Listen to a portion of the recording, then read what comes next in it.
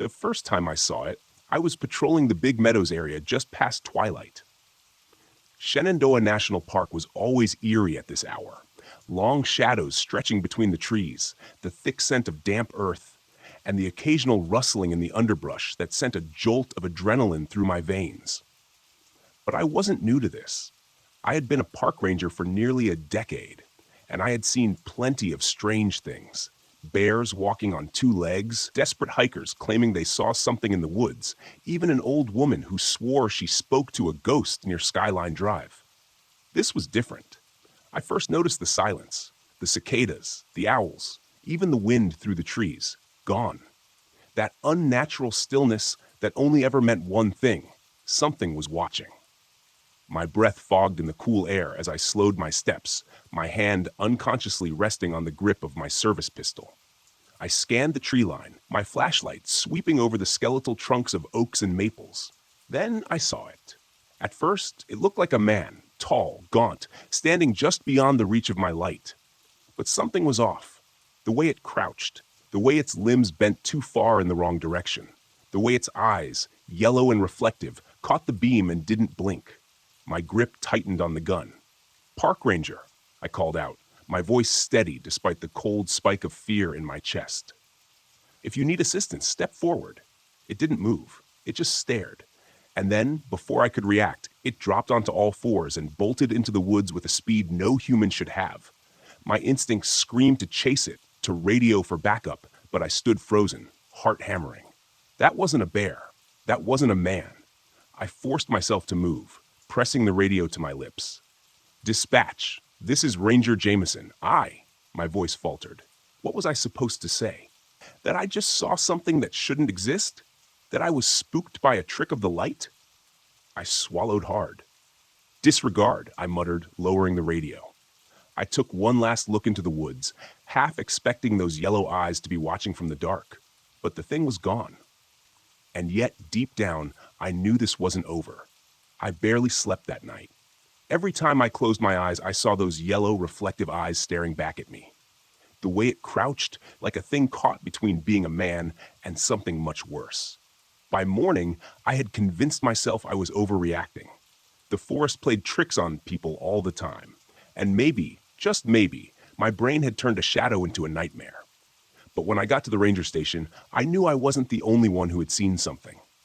"Hey, Jameson." It was Carter, one of the senior rangers, pouring himself a cup of coffee. "You out near Big Meadows last night?" I hesitated. "Yeah, why?" He took a long sip, then set the mug down. "Got a report from a couple of campers near Rapidan Road. Said they heard something real big moving through the trees. Growling, too. Said it sounded like a dog, but not like any dog they'd ever heard." He studied me for a moment. "You see anything weird?" I almost told him. Almost said that I'd seen something that didn't make sense. But the words stuck in my throat. "Just a bear," I lied. "Probably spooked them."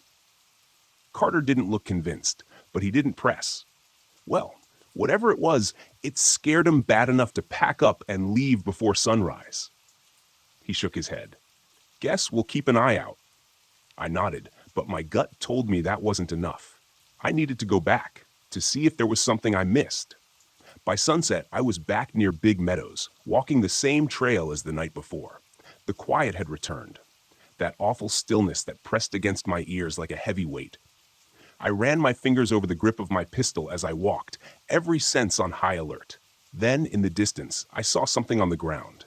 A deer carcass. At first, I thought it was just a regular predator kill. But when I stepped closer, my stomach twisted. Its throat was torn out, but the body wasn't eaten, just mauled. As if whatever did this wasn't hungry, just angry. I knelt down, examining the ground. The dirt was disturbed, and deep in the mud were prints, too big for a coyote, too strange for a bear.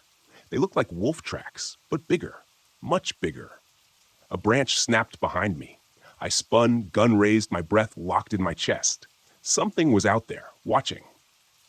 For a long moment, I didn't move. My breath came slow and controlled, my grip tight on the gun. The forest around me felt wrong, as if it were holding its breath along with me. The silence pressed in, thick and unnatural. Then another sound. A slow, deliberate step. the crunch of leaves beneath something heavy. I turned the flashlight toward the trees, sweeping the beam through the darkness. The undergrowth shifted. A low growl rolled through the air, vibrating deep in my chest. Whatever was out there, it was close. And it was big. I took a step back, my mind racing through my options. If it was a bear, I could try to scare it off. If it was a wolf, same thing. But I knew, deep in my bones, this was neither. Then the growl stopped. The underbrush went still. For one terrible second, I thought it had disappeared completely. Then a shadow exploded from the trees. It moved fast, too fast. My flashlight caught it mid-stride, and my stomach lurched. Long limbs covered in dark, matted fur. A hunched body, unnatural and twisted, caught between 2 legs and 4. And its face, Christ, its face, a snout too long for a man, but too expressive for a wolf. Lips curling back to reveal jagged yellow teeth. Its eyes locked onto mine, glowing with an intelligence that sent ice down my spine. I fired. The gunshot shattered the silence, the crack echoing through the forest. The thing flinched, but didn't go down. Instead, it let out a deep, unnatural snarl, then dropped onto all 4s and bolted into the trees.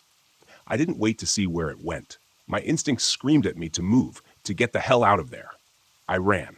I don't remember how I made it back to my truck. Only that by the time I got there, my hands were shaking so badly I could barely get the keys into the ignition.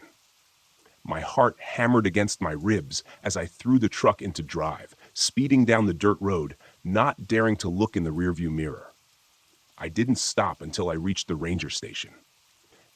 When I stumbled inside, Carter took one look at me and frowned. Jesus, Jameson, what the hell happened? I opened my mouth, but no words came out. What could I say? That I saw something impossible? That I fired a bullet into something that shouldn't exist, and it barely reacted? Instead, I just whispered, "We have a problem." Carter didn't ask any more questions. Not right away. He just grabbed a thermos off his desk, poured me a cup of coffee, and pushed it toward me. "Start from the beginning," he said. His voice was steady, but his eyes were sharp. He could tell I wasn't just shaken. I was scared. I took a long sip of the coffee, trying to steady my nerves. Then I told him. Not everything. There was no way to put what I'd seen into words without sounding crazy.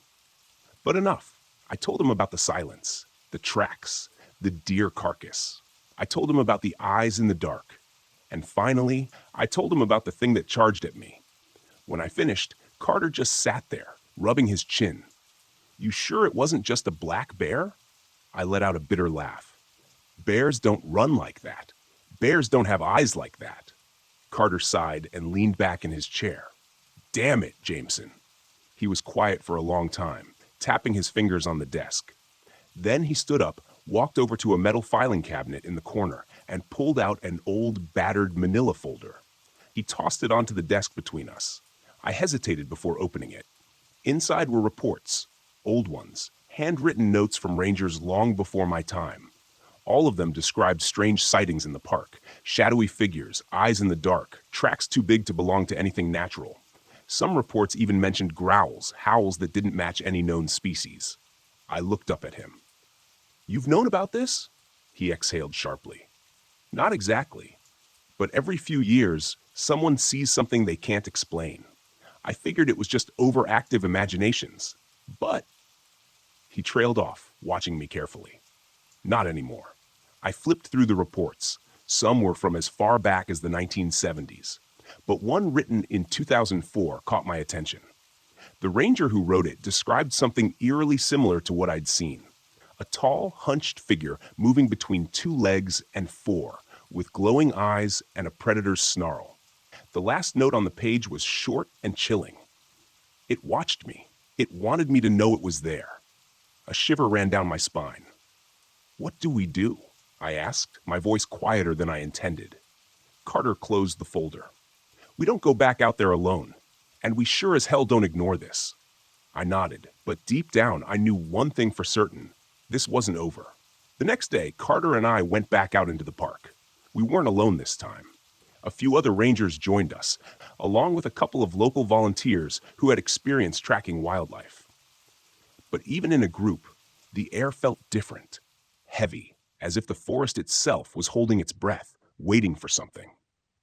We started at the spot where I had seen the creature the night before, just past Big Meadows. The sun was high, but the woods still felt unnervingly quiet, as if everything was holding back. The tracks I had found earlier were still there, but they had been partially obscured by the rain from the night before, making them harder to read.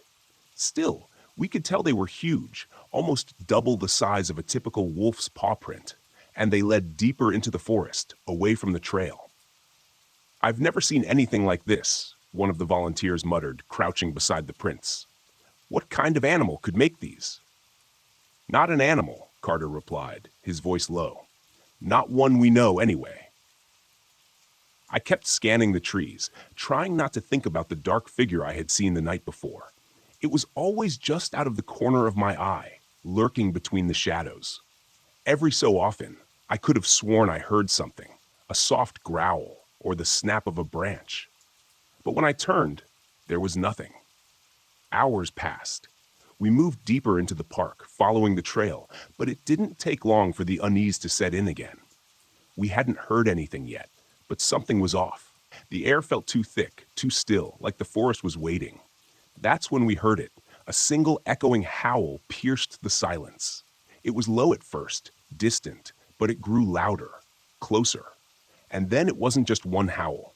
There were more, coming from different directions, overlapping in the distance. It wasn't a wolf. It wasn't a coyote. It was something else entirely, something that made my blood run cold. "We need to get out of here," I said, my voice tight. "Now." But Carter was already moving. His eyes narrowed as he scanned the woods. "Stay calm," he ordered. "We'll head back to the truck. Don't break formation." I didn't need to be told twice. My hand instinctively went to my sidearm as the howls continued to echo through the trees.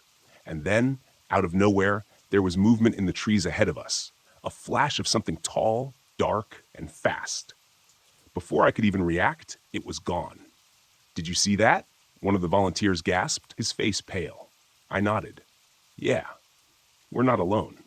We moved faster now, keeping close, but every step felt like we were being watched. I kept scanning the shadows, my heart pounding in my chest. Every crack of a branch, every rustle in the underbrush felt like it could be the thing we were hunting, or worse, the thing hunting us. By the time we made it back to the truck, the sun was starting to dip below the horizon. We were all on edge, shaken by the howls and the movement we'd seen. But I knew we hadn't seen the worst of it yet.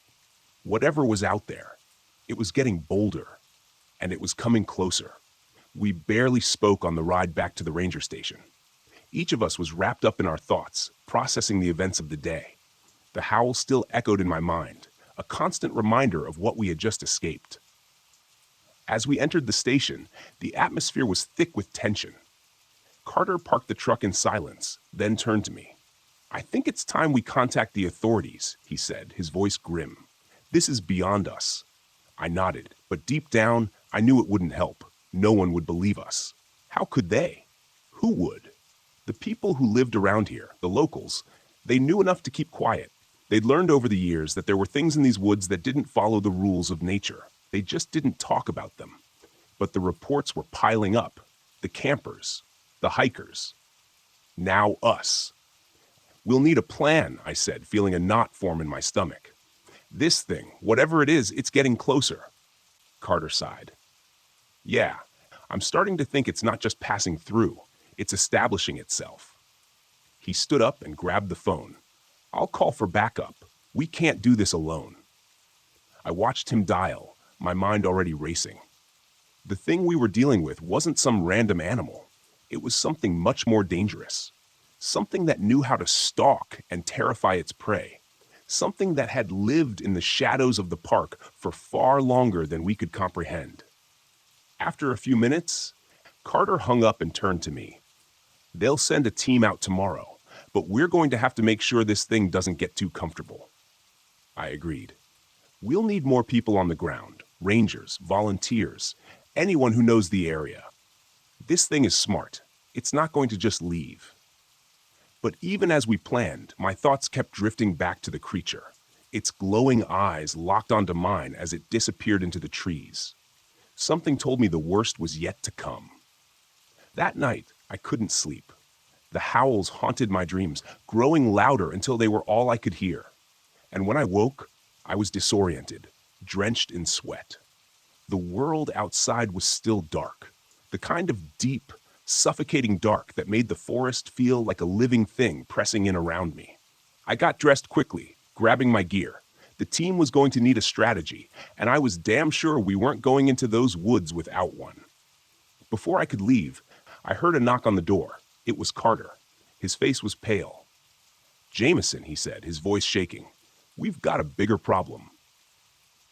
I followed him outside, and there, under the dim light of the station, was something I'll never forget. A set of tracks. Not just any tracks. Tracks that were fresh. The ground was still wet from the previous night's rain, and they were unmistakable. Huge, clear prints leading straight from the edge of the woods toward the station. And in the center of them, a single twisted tree branch had been broken clean in half. "Get ready," Carter whispered. "It's here." I didn't need him to say anything else. The game had changed. I didn't wait for Carter to speak. I grabbed my rifle, the weight of it grounding me in reality. This wasn't just about surviving anymore. This was about taking the fight to whatever was hunting us. We were no longer the prey. We had a chance to strike back. The tracks led deeper into the woods, and for a moment the air felt heavier than it had before. A thick fog rolled in, swallowing the trees whole. I knew that if we didn't act fast, we'd lose it in the mist, and it would be over. Carter called out to the others, and soon we were assembled in a tight formation. We moved as quietly as we could, our footsteps muffled by the thickening fog. The only sound was the occasional crack of a branch, a fleeting whisper of the thing stalking us in the shadows. Then, without warning, we heard it again. Another growl, followed by a shrill screech. A shadow darted between the trees, and then, there it was. The creature. It was even larger than I remembered. The thing was an unholy mix of man and beast, towering over us with its hulking form. The fur on its back rippled as it moved, muscles flexing beneath its skin, its eyes glowing with malicious intent. It was too fast, too powerful, and it was coming straight for us. "Now!" Carter shouted, raising his rifle. We fired in unison. Bullets ripped through the fog, striking the creature, but it didn't go down. It snarled, its sharp teeth flashing in the dim light. One of the volunteers screamed as the creature lunged at him, slamming him to the ground. I fired another shot, this time hitting it square in the shoulder. The thing hissed, retreating a few steps, but its eyes never left us. It was wounded, but not finished. It was smarter than we gave it credit for. With a roar, it circled around us, using the fog as cover. For every shot we took, it found a way to evade us, slipping back into the shadows. We were running out of time. "Get ready," I shouted, looking at Carter. "We need to corner it. We can't let it escape." The fog was growing thicker, the temperature dropping fast. I could barely see a few feet in front of me. The sounds of its breathing, heavy and uneven, echoed in the air. But we couldn't let fear win. Suddenly it appeared again, directly in front of me. The beast snarled, its mouth open wide. But I was ready. I aimed my rifle, steadying my breath. One last shot. I squeezed the trigger. The bullet flew true, hitting it in the chest with a sickening thud. The creature staggered back, its legs giving out beneath it.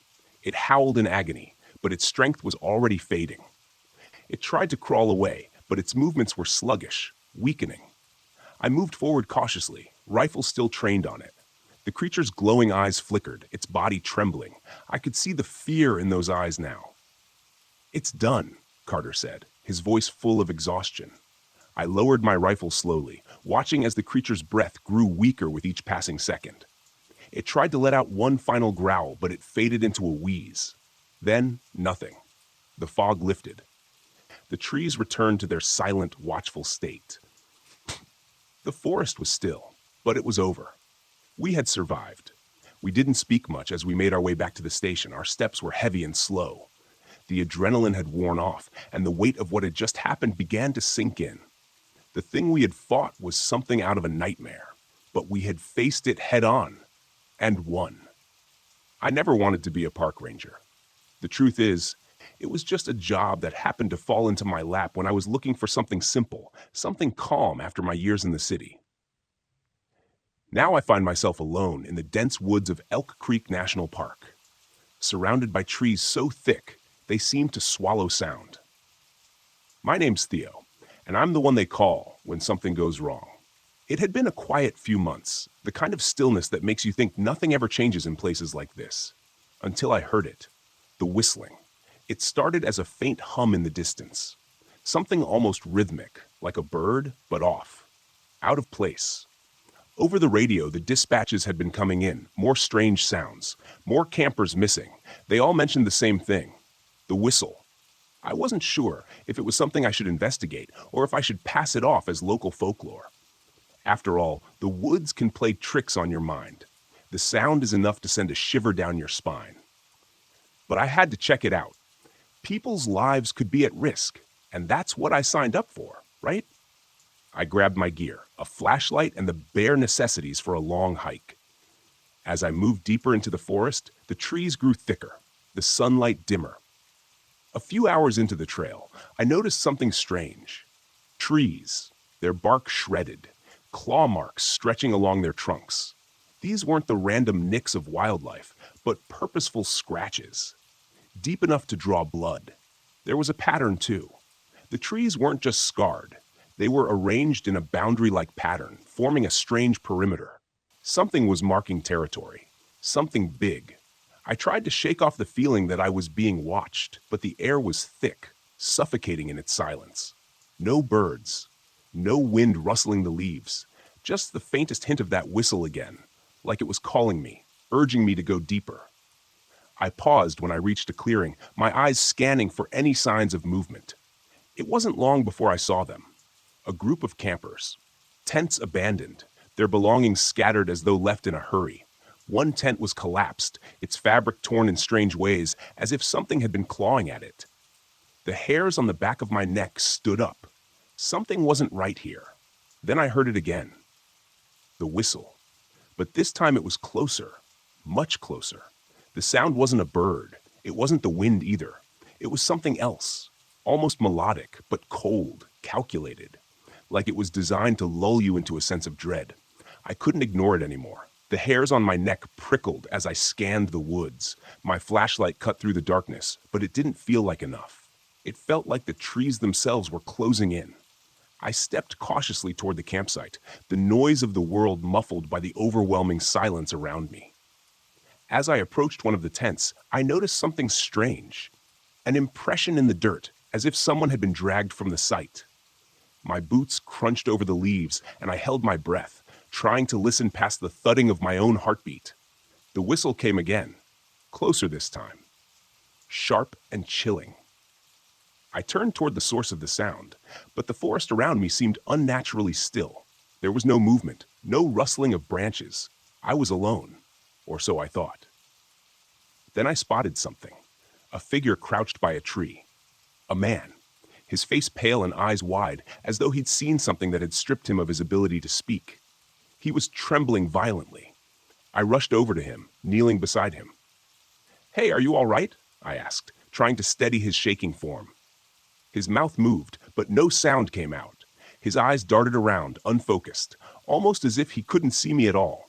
"Whistler," he croaked, his voice barely a whisper. I frowned. "What?" I could barely hear him, but I caught the word. Whistler. Was that the creature? Was it hunting him? I helped the man to his feet, but he wasn't steady. His legs buckled beneath him, and I caught him just before he hit the ground. His face was frozen in terror, eyes wide with an expression I couldn't place. It wasn't just fear. It was as if he couldn't move, like the very air around him had become oppressive, suffocating. That's when I noticed it. The trees, the claw marks, they weren't just random. There was a pattern, a circle around the campsite. As I looked closer, the ground was littered with twisted, broken branches, all pointing inward. The air smelled like wet earth and something metallic, almost like blood. I knew then, whatever was out here, it wasn't just some animal. The Whistler was real, and it had already claimed its first victim. I had to act fast. The man, now on his knees, still trembled violently. It wasn't just shock anymore. He couldn't move. He looked at me, eyes wide with terror, his mouth barely forming words. "Please," he whispered again. "It's coming." I didn't need to hear more. I grabbed him by the shoulders, dragging him toward the relative safety of the ranger's cabin. The man's weight seemed to increase with each step. The closer we got to the cabin, the stronger the whistling became, a constant presence in the air that gnawed at my nerves. Whatever the creature was, it didn't just hunt, it haunted. When we finally reached the cabin, I slammed the door shut and locked it. The man collapsed on the floor, still unable to speak, his body trembling like a leaf caught in a storm. He couldn't even hold my gaze. It was as though whatever he'd experienced out there had cracked his mind, leaving him a broken shell. I rummaged through the supplies in the cabin.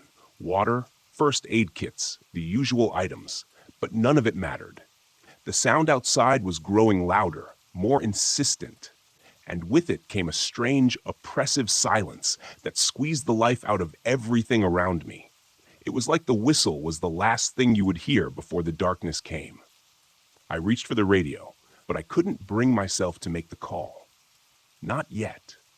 The wilderness had a way of swallowing things whole. The reports had already been coming in, whispers of something unnatural in the woods. Could it be true? A cryptid? A creature so old and elusive that even the locals had forgotten it existed? The Whistler. I had to confirm it for myself. The man on the floor wasn't the only one affected. I had seen the signs on the trees, the unnatural claw marks, the way they formed a boundary. It wasn't random. The Whistler was marking its territory, and we had just wandered too far into it. I had no choice. I had to face it. I stepped outside into the woods, my flashlight flickering in the growing darkness. The whistle was everywhere now, no longer just a sound, but a presence. Something pressing in on me from all sides. Every step I took felt like I was sinking deeper into its grip. My breath was shallow, and for a moment I wondered if I was already too late. That's when I saw it. Through the trees, a figure. Tall and twisted, its form barely visible in the shadows. The creature's outline was unmistakable. It was watching me. I could feel it, even though I couldn't see its eyes. A cold shiver ran down my spine. I had to act fast before it closed in. I had no idea what I was up against. The Whistler wasn't just a cryptid. It was something far more dangerous. I didn't understand its purpose, why it existed in the first place.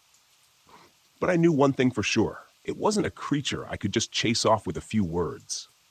I had no weapons, no backup, and no idea how I was supposed to face something so terrifying. But I had to keep moving. The sound of its whistle was unbearable now, like a high-pitched hum drilling into my skull. It was like the forest itself was alive, shifting around me, disorienting me. I stumbled forward, my boots crunching over fallen branches. Then I heard it. The sound stopped. The sudden silence was worse than the whistle. My body tensed, instinct telling me to run. But I couldn't. I had to find the creature. It was too close. I could feel it in my bones. My hands gripped my flashlight tighter, but even the beam seemed weak compared to the darkness pressing in on me. I was close now. I could see it, a flash of movement. No, it wasn't a flash. It was a shadow, long and unnatural, gliding effortlessly through the trees. My breath hitched. The Whistler was near. My mind raced. How could I fight something I couldn't see clearly? How could I possibly face it when it had already broken the will of a man who'd come into contact with it? Then it hit me. The whistle, it was a weapon, yes, but it was also a signal to draw its prey into the open. What if I could drown it out? Disrupt the whistle long enough to bring the creature into the open, expose it. I rushed back to the cabin.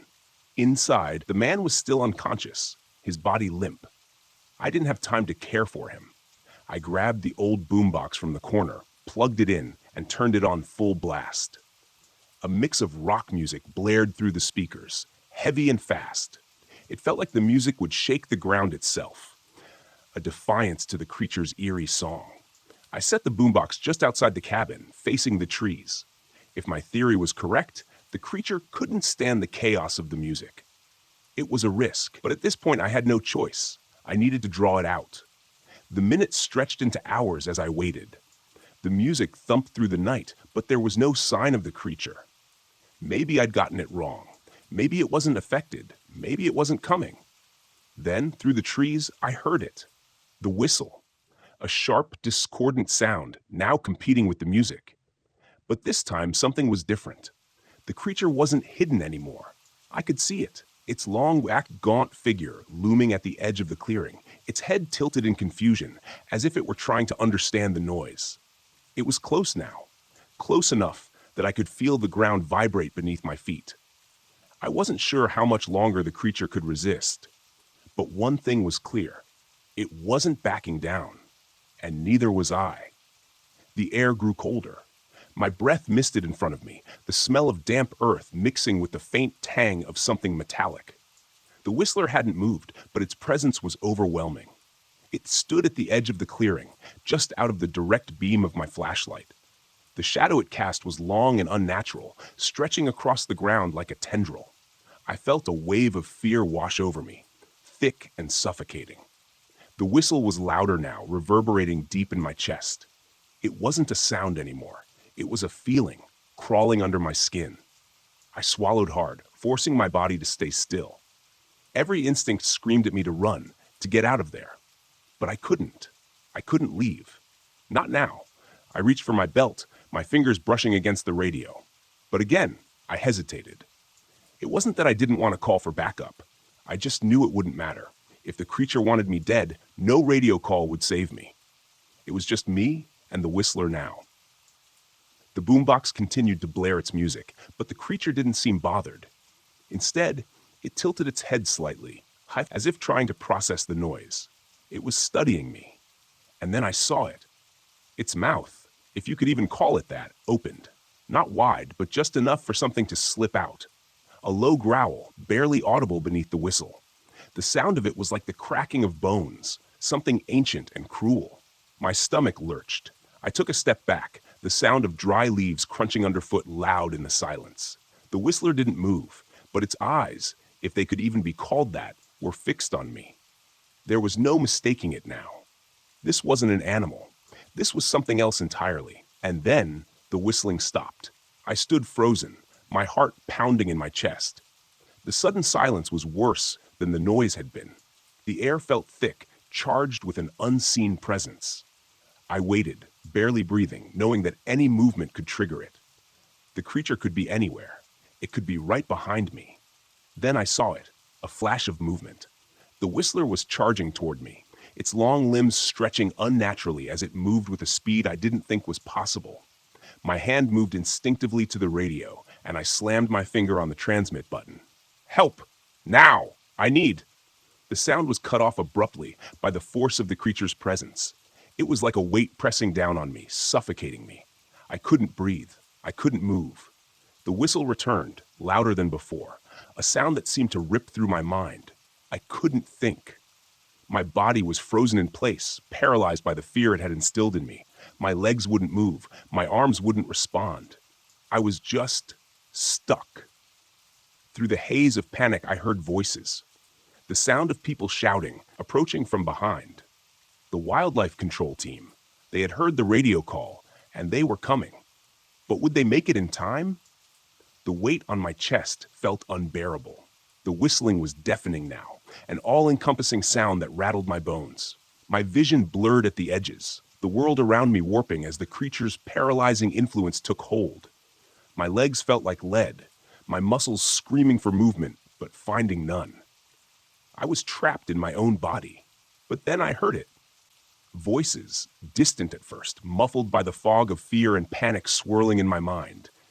The wildlife control team. They were closer now.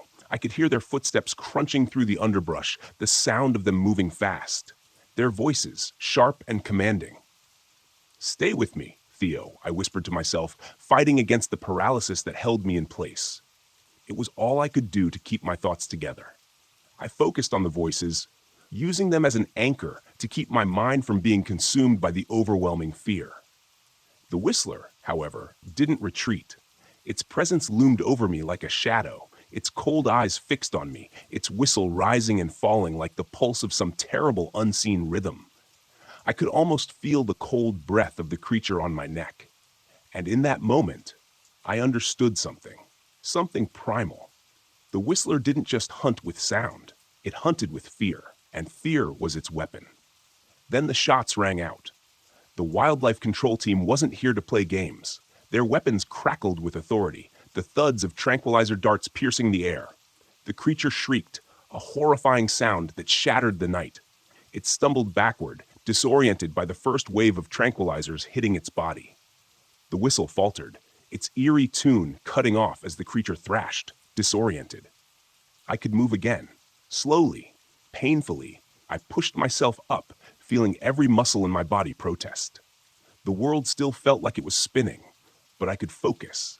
I could see the creature, its twisted limbs flailing as the tranquilizers took hold. The wildlife team moved with precision, darting in and out of the trees, keeping their distance from the thrashing beast. It didn't take long. The whistler collapsed in a heap, its body convulsing as the sedatives took effect. The whistling stopped, leaving only the distant echoes of the night's terror. Silence filled the air, thick and heavy. I could barely hear myself think over the pounding of my heart. The adrenaline was starting to fade, leaving behind an overwhelming exhaustion. But I didn't feel relief, not yet. As the wildlife control team moved in to secure the creature, I couldn't help but watch. It was real. The whistler was real. And now they would study it.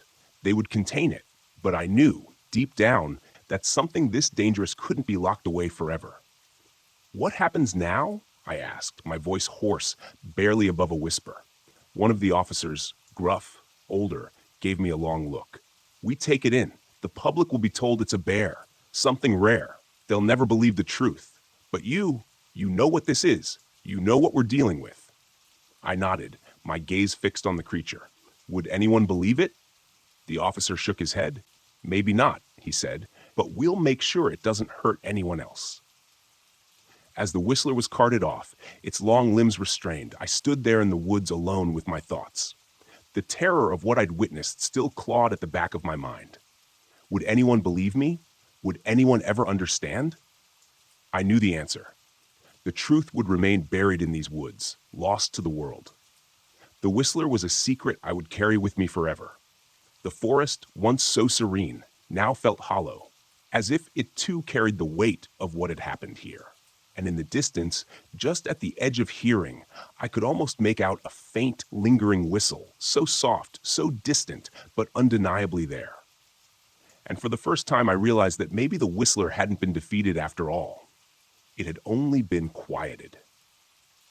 My name is Elias Whitefeather, and I've been a park ranger at the Great Smoky Mountains National Park for over 5 years. The park is my home, my sanctuary. Born and raised just a few miles from here on the Cherokee Reservation, I know these woods better than most. The mountains are as much a part of me as my blood and bones. But recently, I've come to understand that some parts of this land are best left untouched. Some parts of the Smoky Mountains don't want visitors, and they sure as hell don't want us. It started in the winter of last year when a colleague of mine, Ranger Lucas James, disappeared.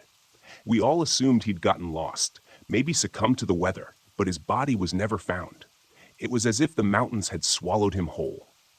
The official story was that Lucas had simply wandered off the trail, lost his footing, and fallen into a ravine. But I knew better. I've seen things in these woods that the public will never hear about, things they'd rather you forget. A few months later, another ranger, Sarah Mayers, vanished under the same eerie circumstances. Her last radio transmission was garbled, but I remember her words clearly even now. "They're watching me. I can hear them." She didn't get to finish her sentence before the transmission cut off. Search teams combed the forest for days, but all they found was her gear. Her boots, her jacket, and a blood-stained compass. No body. I can't shake the feeling that whatever took Lucas and Sarah is still out there, waiting for its next victim. My shift started like any other, with the morning fog hanging low over the trees. I patrolled the eastern sector of the park, keeping an eye out for lost hikers, illegal hunting, and the occasional campfire left burning after dark. But this time, something was different. The air felt thick, suffocating, like it was pressing against my chest. I couldn't explain it, but I knew something was wrong. Around noon, I came across something strange in the forest, a trail of broken branches leading deeper into the woods. That in itself wasn't unusual. Animals often leave tracks and humans tend to wander off the beaten path. But the trail was too deliberate, too unnatural. It almost seemed like someone or something was trying to guide me. Against my better judgment, I followed it. The farther I went, the more the woods seemed to close in around me until the sunlight barely filtered through the canopy above. Then I heard it. A low growl, almost imperceptible at first, but growing louder. Closer. My heart began to race, and I gripped the radio at my side. "This is Ranger Whitefeather," I called into the static. "Anyone on comms?" But there was no response. Just static. I reached for my sidearm, but something in the back of my mind told me not to. Something told me that no matter how many bullets I had, they wouldn't help against whatever was lurking in the shadows. I was suddenly very aware that I wasn't alone. The growl grew louder, and I froze. Every instinct in my body screaming to run, but my feet were glued to the ground. The thick trees surrounding me swayed unnaturally, even though there was no wind. The forest had fallen silent. The usual chorus of birds and rustling leaves had been replaced by an eerie stillness. My breath came in shallow gasps, my fingers trembling as I gripped the rifle slung across my chest. A shadow shifted at the edge of my vision. It was quick, too quick. I turned my head, my pulse thundering in my ears, but saw nothing. Still, I knew I wasn't alone. The feeling of being watched intensified, creeping under my skin like a slow-burning fire. My heart hammered in my chest, and I glanced around again, trying to pinpoint the source of the sound. It wasn't just a growl anymore. There was a rhythm to it, a pattern. My thoughts raced. Was it a bear? No, this was different. Bears don't make that kind of noise. It was something else, something darker. I took a step back, my boots crunching the underbrush. It didn't make a sound, but the growl stopped immediately, as though it had been waiting for me to move. Then a sharp crack, like a branch snapping under the weight of something enormous, echoed through the woods. I spun around, heart in my throat. And there, just beyond the trees, stood a figure. At first I thought it was a person, but no human could stand like that. It was tall, easily 8 feet, and its limbs were too long, too unnatural. The skin was pale, almost sickly, stretched tight over bones that seemed too large for its body. Its eyes were black, hollow, and they locked onto mine with an intensity that froze me in place. I opened my mouth to speak, but no words came out. The creature tilted its head, studying me, its lips curling into a grin that sent a chill down my spine. It didn't move at first, but I could feel it sizing me up, calculating. Then it took a step forward. I stumbled back, my mind racing for a way out. The forest was silent again, but I could feel the weight of the creature's presence. It wasn't just in front of me, it was all around me, pressing in from every angle. The air tasted of copper, sharp and metallic, and I knew deep in my gut that this was no accident. It was haunting me. A rustling sound broke the tension, and I whipped around expecting more creatures, but it wasn't another monster. It was a man, appearing suddenly out of the trees like a shadow. "Get back, Elias!" The man's voice was rough, urgent. "It's not safe here." I didn't recognize him, but I didn't care. I was already backing away, my eyes locked on the creature still moving toward me. "Run!" the man shouted, his voice carrying across the stillness. "They can smell fear, and they'll use it against you." I hesitated, torn between the stranger's warning and the creature's advancing figure. But instinct took over. I turned and bolted, running as fast as I could through the underbrush, my heart pounding in my chest. I ran blindly, boots thudding against the forest floor, breath coming in jagged gasps. The trees blurred around me as I plunged deeper into the woods. But I didn't dare look back. The growl, now faint but unmistakable, followed me like the echo of some unseen predator. I could hear its heavy footfalls behind me, but no matter how fast I ran, it was always just a step too close. The man's voice echoed in my head. "They can smell fear." What did he mean? Was this thing, this creature, feeding off my panic? I didn't have time to think about it. Every instinct in me screamed to keep running, but a part of my mind, the part trained for years to observe, to analyze, tried to make sense of what was happening. I had to survive. I had to make it out of here. A sharp branch whipped across my face, cutting my cheek. I stumbled, falling to one knee, and that was when I heard it. A sound that stopped me cold. It wasn't the growl this time. It was laughter, low and full of malice. I whipped around, and there it was, standing at the edge of the trees, its form just barely visible in the shadows. The creature grinned, its black eyes gleaming, and then it spoke. Its voice was deep and unearthly. "You should have stayed in the reservation, Ranger Whitefeather." The words felt like a slap to the face, as if the very land itself was mocking me. I didn't know how it knew my name, but it didn't matter. The terror was back, settling deep in my bones, making my legs feel like lead. I scrambled to my feet, looking around for any escape. The dense trees were all I had, but they felt like they were closing in on me. No path, no way out. The creature's laughter still echoed in my ears, sending shivers down my spine. And then I saw something else, something that made my blood run cold. Just ahead, standing in the clearing, was the silhouette of another person. The man, the one who had warned me, was standing perfectly still, his eyes locked on the creature, a strange, almost calm expression on his face. "Go!" he shouted, his voice cutting through the air like a blade. "Get to the ridge." It was only then that I realized what he meant. The ridge, the old Cherokee burial ground. It was the only place in the Smokies that the creatures wouldn't dare go. But I didn't know if I could make it in time. I didn't know if I could outrun whatever that thing was. I glanced at the man one last time, but he was already moving, his figure disappearing into the shadows. Without thinking, I turned and ran toward the ridge. The trees seemed to part before me, as if the forest itself was guiding me. But the growl was still there, just behind me, and I knew it wouldn't be long before it caught up. My legs burned, but I pushed harder, faster. The ridge was close now, just beyond the next bend. I could see the faint outline of the cliffs rising above me, the rocky outcrop that marked the boundary of the burial ground. But then, just as I thought I might make it, something lunged at me from the side. I felt a sharp pain in my arm as something heavy and clawed struck me, knocking me to the ground. My rifle slipped from my grasp, but I still had my sidearm. I reached for it, fumbling with the holster as the creature loomed over me. Its grotesque grin twisted in the dim light. It was going to kill me. The creature was on me in an instant, its massive claws sinking into the earth beside my head. Its breath was hot and fetid, a nauseating stench of decay filling the air. My heart pounded in my chest, every instinct telling me to fight, to survive. I reached for my sidearm, my fingers slick with sweat as I drew it from the holster. My hand was shaking so violently I could barely hold onto it. Its eyes locked onto mine, black and endless, and I felt something deep inside me break.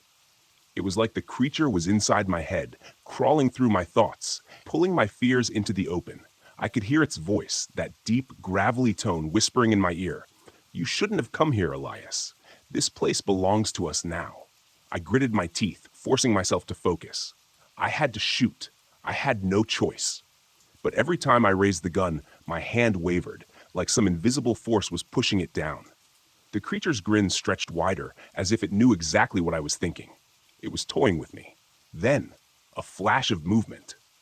A blur of motion sent the creature reeling back. I blinked, confused, before realizing what it was.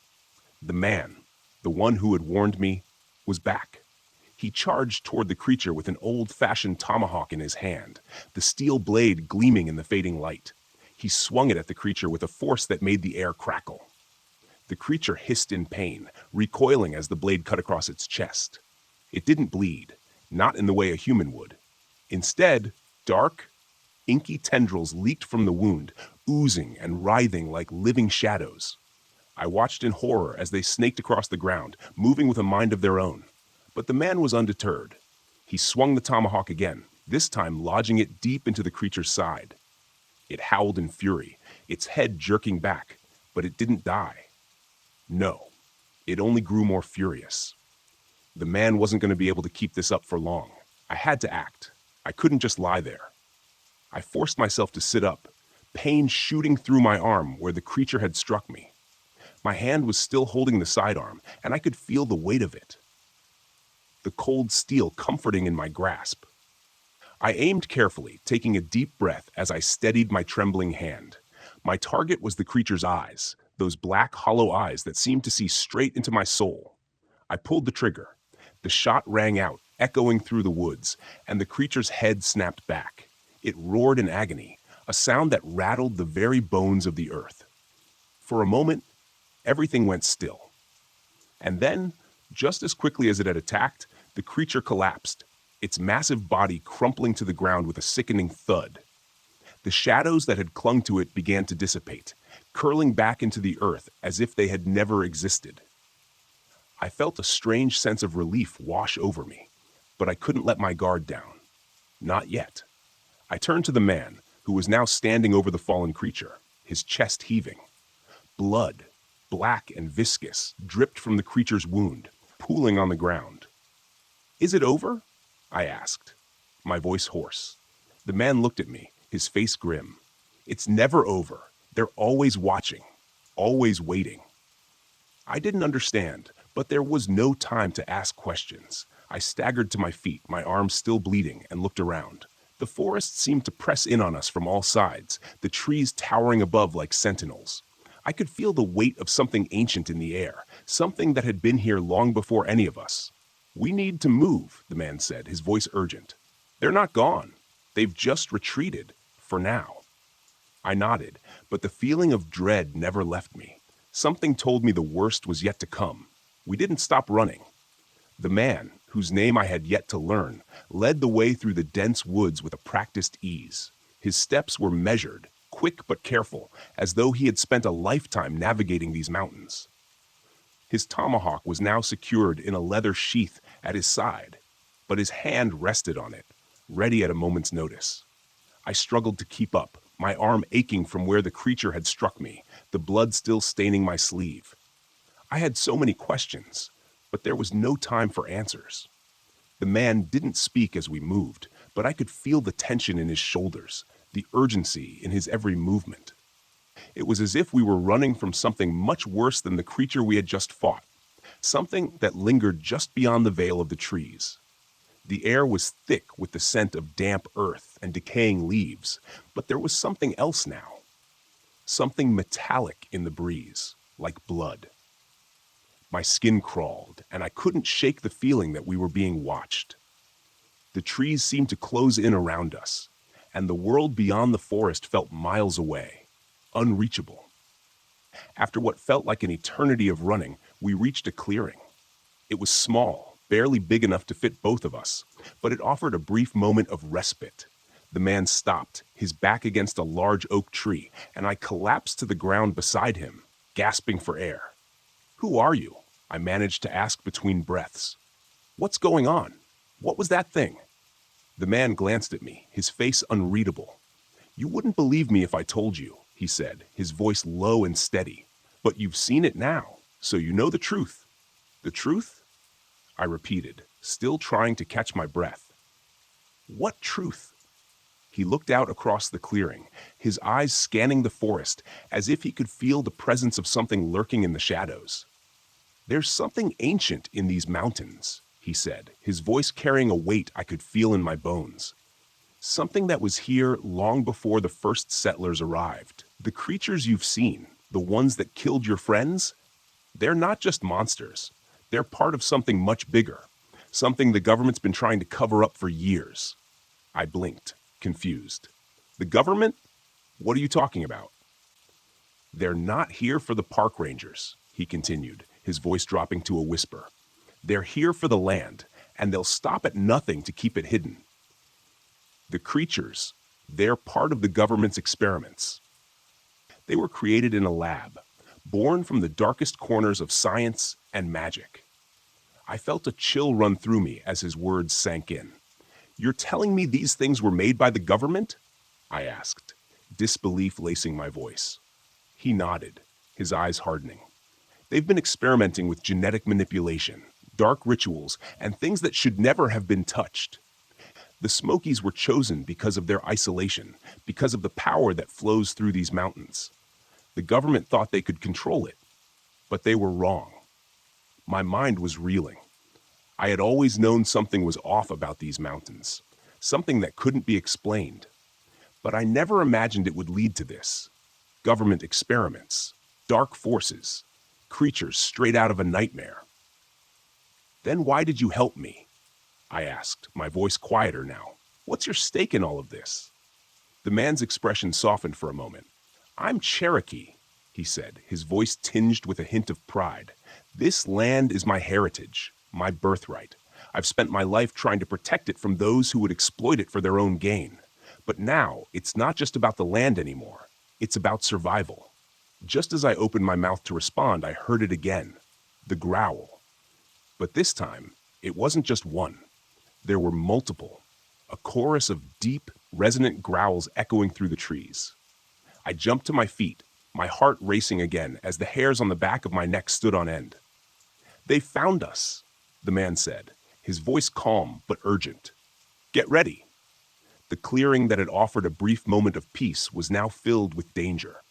The shadows around us seemed to grow longer, and the creatures, the things we'd fought, were closing in. They had learned our scent, and they wouldn't stop until we were dead. The creature's roar echoed through the mountains, deafening in its intensity, and the ground trembled beneath our feet, as if the earth itself was in agony. I could feel the weight of its presence, an ancient power that defied explanation, rising from the depths of the mountain. The man stepped in front of me, his eyes filled with determination. But there was something else. Regret, perhaps. Or the understanding that this wasn't just a battle for survival. This was a reckoning. This is the end, the man muttered, barely audible over the creature's growls. The final reckoning. I took a step back, my heart racing. The creature was towering over us now, its massive form blotting out the moonlight. Its skin writhed like it was made of the very shadows that surrounded us. Its eyes burned with an unnatural, sickly light, and I felt my entire body recoil in fear. But there was nowhere to run. The burial ground wasn't going to protect us forever. What do we do? I asked, my voice cracking. The man didn't answer right away. His hand gripped the tomahawk tighter, his knuckles white. I could see the battle within him, the fight between what he had always believed and the impossible reality we were facing. He turned to me, his eyes filled with both sorrow and resolve. We fight, he said firmly. We have no other choice, but we cannot defeat it by force alone. We must use the land, the spirits of my ancestors. This place is the only thing that can stop it. I nodded, though I had no idea what that meant. But it was clear now that this wasn't just a battle between us and the creatures. It was a war between the old forces of the land and something far darker, something unleashed by human greed and ignorance. The man stepped forward, raising his tomahawk high, his voice rising in a chant I couldn't understand. It was a prayer, a call to the spirits. And as he spoke, the air around us began to shift. The temperature dropped, the shadows deepened, and I felt something stir beneath the earth. Something ancient, something that had been waiting for this moment. The ground trembled again, this time with purpose, as though the mountain itself was awakening. The creature screeched in fury, its massive claws digging into the earth as it charged toward us. But it wasn't just the creature we were facing now. From the shadows, other forms began to emerge, creatures I had never seen before, their eyes glowing with the same malignant hunger. The burial ground was holding them back, but only for so long. We don't have much time, the man yelled. Help me. I didn't hesitate. I raised my rifle and fired at the largest creature, the one leading the charge. The bullet hit it square in the chest, but it didn't go down. It just roared louder, angrier, as if the pain only made it stronger. But the man wasn't looking at the creatures anymore. His eyes were focused on something else, the center of the burial ground, where the earth was shifting. I didn't know what he was trying to do, but I could see it now, the dark shape rising from the ground, the true guardian. It was moving slowly, its massive form beginning to take shape, as though the spirits of the land themselves were reaching out to stop the creatures. The air crackled with energy, and I saw the ground crack open again, revealing the roots of ancient trees, their roots intertwined in a web that stretched far beneath the surface. The creatures recoiled, their eyes widening with fear. For the first time, they hesitated. "This is it," the man said, his voice a whisper. "The final barrier. It's time." The ground erupted in a burst of light, blinding in its intensity. I felt something shift deep within me, as though the very fabric of reality was tearing apart. The creatures screamed, their forms dissolving into the light, their bodies crumbling into dust. The massive guardian, the true protector of this land, rose up, its form towering above everything. And with a final, earth-shattering roar, it crushed the last of the creatures underfoot. For a long moment, there was silence. The air was thick with the scent of earth and smoke, but the creatures were gone. The burial ground was still. The land, calm once more. I collapsed to my knees, my body exhausted, my mind reeling. The man stood beside me, his expression unreadable. "It's over," he said softly. "But it's never truly over. The land will always remember." I nodded, understanding now that the battle we had fought wasn't just about surviving. It was about protecting something far greater than ourselves. The mountains, the creatures, the government's experiments. It all came down to this land and the power it held. As we made our way back down the mountain, the man spoke one last time. "I won't be here much longer," he said, his voice distant. "There are still others who seek the power of these mountains. But you..." He paused, looking at me with something like approval in his eyes. "You're ready now. This place is yours to protect." And with that, he disappeared into the shadows of the Smokies, leaving me alone with the land and the weight of the responsibility I had inherited. I work for the DNR in a special unit that deals with dangerous cryptids. This is one of the methods we use when someone is attacked by a dogman. So I suppose it's about time I told this story. I'm not getting any younger, and I think it's a story that needs to be passed on, considering the state of the world. This was in my early days at the DNR, the Department of Natural Resources, of course, in a unit jokingly called the Night Stalker Unit. It was our job to deal with the cases deemed CE, that's classified zoological entities.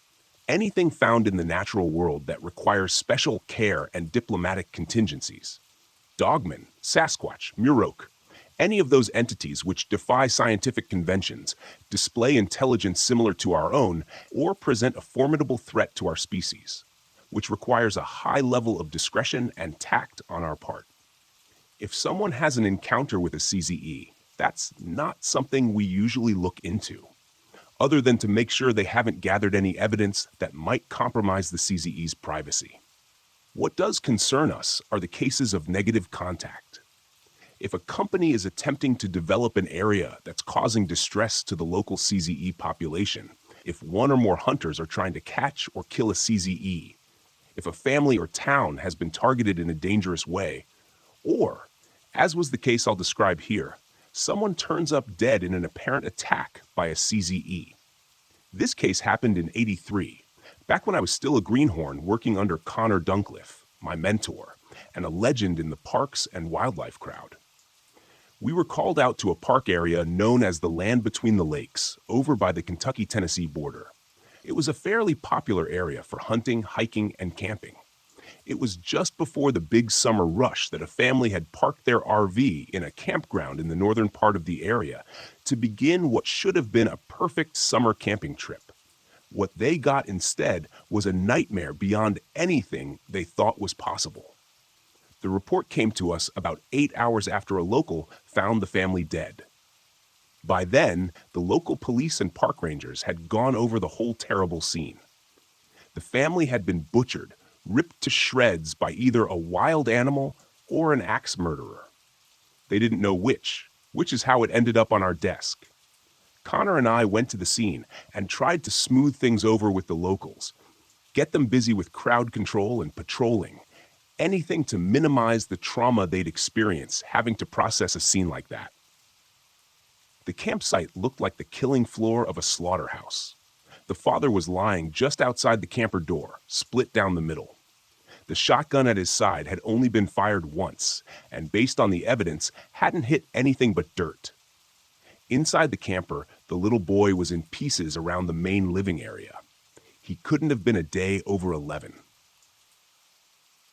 Further in the back, we found the mother in the bathroom. The door had been torn off its hinges and crushed like a tin can. She had defensive wounds, so she'd tried to put up a fight, at least. Connor was the one who noticed there were clothes and dolls for a young girl in the camper as well. We searched the area, hoping and praying she'd gotten away and hid somewhere. We found her not 40 yards away, 20 feet up in a pine tree, torn apart and stuck there on a branch the way shrikes will impale bugs on a blackthorn. I had never seen something so terrible before. Connor looked like he was about to faint or lose his lunch. I'd never seen him so mad. After we both gathered ourselves, we started in on the case. All evidence pointed to a dogman attack, what we called a black dog case at the DNR. The father had likely been drawn out by a noise or a tap on the camper. Once he was dispatched, the mother and children had barricaded themselves in the bathroom.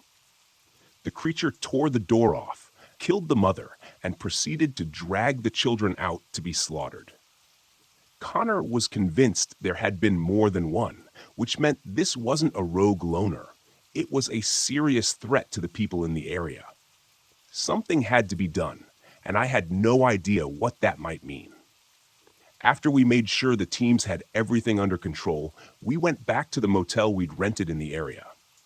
I remember Connor spent most of the night out on the terrace, smoking like a chimney, and looking like he was considering something truly unpleasant. The next morning, I couldn't be sure he'd slept at all. But he looked at me hard and told me there was a way this could be fixed, if I had the courage and was sure I wanted it fixed. I told him I'd do anything to make things right for that family, and he nodded with a condemned expression. He told me to fetch supplies for a camping trip, at least 3 or 4 days. We already had tents, lights, and gear in the truck, so I got food, water, and other necessities. When I got back, I saw he had a bag of evidence taken from the scene. When I started to ask about it, he just nodded and checked the supplies. We drove further north into Kentucky, deep into the country, where the road turned to gravel and then to dirt. We seemed to be following an old logging road. When we came to a fence marked protected land, we left the truck and hiked deeper into the woods for most of the day. On the way, I noticed Connor picking prairie sage by the handful and stowing it in a bag. We had brought a bow and a few arrows, and Connor told me to keep an eye out for any game we could bring down. I spotted a decent-sized jackrabbit, and we managed to bag it, even though I wasn't much of a bow hunter. It was nearly nightfall when we reached a flat, open spot to set up camp. Once everything was ready and he had the fire going, he tossed in a handful of the sage he'd collected. The green leaves created an acrid, heavy smoke that permeated the area. It reminded me of my grandmother, who used to burn sage around her house all the time. I asked him if I should clean up the rabbit to make us some food, but he said the rabbit wasn't for us. I'd been running through all sorts of explanations for what we were out there to do, but nothing made enough sense, so I finally had to ask. Connor looked up at the red-orange fading light and drew in a deep breath. "What we're here to do," he said, "is something we do not do lightly. I haven't done it in going on 20 years now, and I don't suppose I'll ever need to do it again. It was taught to me by my grandfather, and his grandfather before him, and before that the Indians, who were either taught by their grandfathers or came up with it on their own." You know the creatures who were responsible for that horror back at the park? They've been around longer than any of us, before the settlers, before the Indians. Our relationship with them has changed throughout our shared history. Sometimes they'd have the upper hand, and we'd live in fear of the woods. Sometimes we'd have the upper hand, and they'd be forced deeper in, away from our guns and machines. As you know, they're highly intelligent, on a different level than we are. I believe they were a sort of evolutionary crossroad, where the human race split between the thinking society and the primal tribes. They evolved along a different path, a more natural path, you might say. They may not be able to speak our language or build cities, but they're just as sharp, just as observant and adaptive as we are. Perhaps more so, seeing as how they don't have language or history cluttering up their thinking. The point is, They are not animals, not in the way wolves or bears are. Evolutionarily speaking, they're on the same level as we are, and because of that, we have to consider our relationship with them diplomatically. We don't want to live in fear of them, and they want to be left alone. To maintain that peace, ancient humans devised a line of contact, a ritual for when something unacceptable happens, a way of reaching out and making peaceful contact. Obviously, this is not something either side enjoys in any sense. The dogmen have cultivated a powerful distrust of humans over the centuries, and I can't say I blame them for that. They respect us as a threat, but they despise us as a species. This, of course, is not true of all of them. Like us, there are some among them more prone to peace and coexistence, just as there are others who would wipe us out given the chance. That is why this contact is extremely risky for us. I remember feeling distant, like what he was saying was bouncing around in my head, and I couldn't get a hold of it. Was he seriously telling me we were about to meet with one of the dogmen? A whole pack of them, even? For what? To talk to them? Ask for their help? I just sat like a statue as he talked and threw more sage on the fire. The ritual, which is what my granddaddy called it, was to be followed to the letter. The meeting place was deeper into the woods, and we were to bring no tools, no weapons, not even clothes. Nothing but the offering and the evidence. This would put us completely at their mercy, which was the only way they'd let us get close. That was the first thing to land in my mind. No weapons, no clothes. I thought he might be trying to kid me, but when I looked at his face, I could see he wasn't just serious, he was scared. To see a man like Connor in terror was something I'll never forget. He tossed another clutch of sage on the fire and gestured to it. The sage burning, he said, was part of the ritual. The Indians believed it would ward off evil spirits in the area. My granddaddy had a different idea what it was. He called it an alactory beacon of sorts. A strong smell to get their attention, and one they associate with the contact ritual, letting them know we would be attempting contact. He lifted a branch of the sage to his nose before tossing it into the fire. We waited until the moon was high and the path was lit enough for us to walk in the dark. I was staring up at the moon through my tent wall when Connor called to me and said it was time. I felt my stomach do a gymnastics routine and crawled out to see the fire was out and Connor was already completely bare. I took off my clothes numbly and went to join him. I'd never felt so vulnerable as I did, standing in that dark wood, naked and shivering. It wasn't cold, but I imagine I could have been mistaken for a eunuch. I was so nervous. I grabbed the rabbit we'd killed and clutched it to my chest, trying to feel less naked. Before we set out, Connor grabbed a handful of the ashes from the fire and held it out, blowing a puff of soot over me before tossing the rest on himself. We walked. And we walked. It seemed like we had walked until I was sure the sun would be coming up. Up until now, the forest had been wet with sound. Birds in the trees, bugs chirping and worrying, the whole orchestra of nature. But at some point, everything went quiet as a church hall. It was like someone found the volume knob on the woods and turned it off. I hesitated for a moment until I remembered Connor's instructions. Walk steady and calm. Keep your eyes on the path. Pay no mind to anything you might see or hear, and most importantly, you are not to look at anything if it should look at you.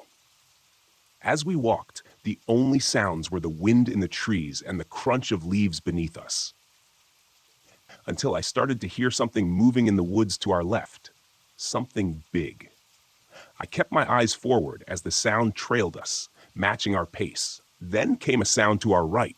A deep growl that made everything inside you shudder and clench.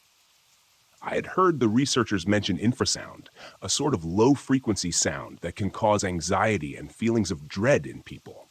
They said it could be detected in a tiger's roar, and that our reaction to it might be tied to our ancestral fears.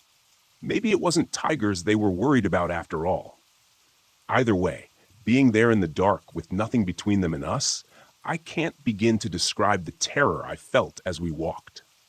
The two at our sides kept abreast of us. One of them jumped onto the path behind us and let out another growl that made my teeth vibrate before charging us. I could hear the crash of the leaves, feel the thuds of its feet hitting the dirt not 2 feet behind me. It took everything within me not to spin around and bolt for the woodline, screaming and pissing myself.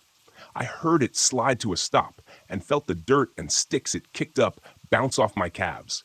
But I just kept walking, and Connor did the same. I couldn't feel my body anymore, but I focused all my sanity on walking and looking straight ahead. When Connor finally stopped, we had come to a clearing. The grass and prairie sage were a bright silver in the moonlight, which was so strong it looked to be daytime. For a moment, we just stood. The forest was still and silent as a graveyard. Then I caught a glimpse of eyes reflecting the moonlight in the bushes ahead of us. A large shape emerged from the forest in front of us. It crawled forward on all fours, its black fur seeming to absorb all light. A living silhouette with 2 glowing pearls where its eyes should be. 2 others emerged alongside it like bodyguards. One looked like spun silver in the moonlight, and its eyes held a spark like amber when you rub it against wool. The other had patches of blackened fur and eyes that glowed like the dying cinders of an old bonfire.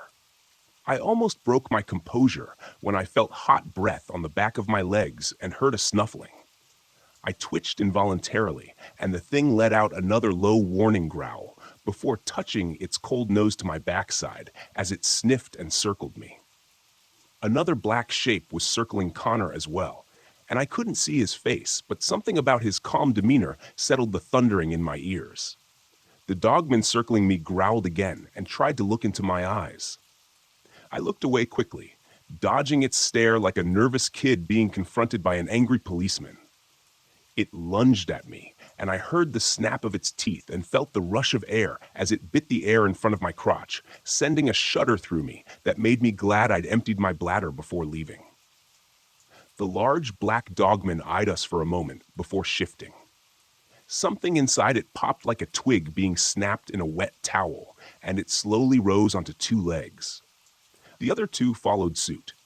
The 2 at its sides had to be 7 or 8 feet tall, but the black one had to be closer to 10 feet.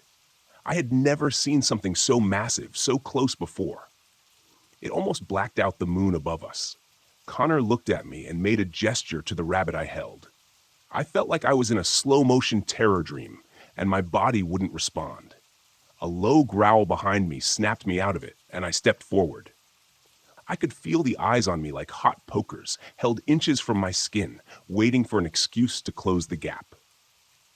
I laid the rabbit at the feet of the largest, stepping into its shadow that seemed to be an extension of itself, as though I might be stepping into a vast open mouth. A snort came from high above me, and I felt a snuffling at my hair. To my absolute horror, a nose entered my field of vision, then a muzzle, then the bright, bioluminescent pearls of its eyes. Something left me in that moment, like it had reached into me and taken something. What it was, I couldn't be sure. I looked away from those points of light in the black mass before me with great difficulty, then stepped back carefully, moving to Connor's side once again. The largest sniffed at the rabbit before making a gesture to one of the attendants, who grabbed the hair in one hand. It looked like a gorilla holding a kitten, even though I thought the rabbit had been quite large for its species. It disappeared into the woods. Connor took the bag of evidence from under his arm. He began to pull objects out and laid them on the ground before him. A piece of bloodied cloth, a wedding band stained black with blood, a child's shoe, and finally, a lock of golden hair. The alpha sniffed at the items intently, growling low as it got to the hair. It stood at its full height and watched Connor as he pulled the last items from the bag, a clutch of fur found in the father's hand, saliva samples taken from the bodies, and a small vial of urine-soaked dirt taken near the site. The alpha sniffed at these items and snorted before grunting and standing. It growled deeply for a moment before turning to disappear into the dark with a brief step, covering the distance to the trees like a cloud passing in front of the moon. The others soon followed, looking back at us with low, warning growls.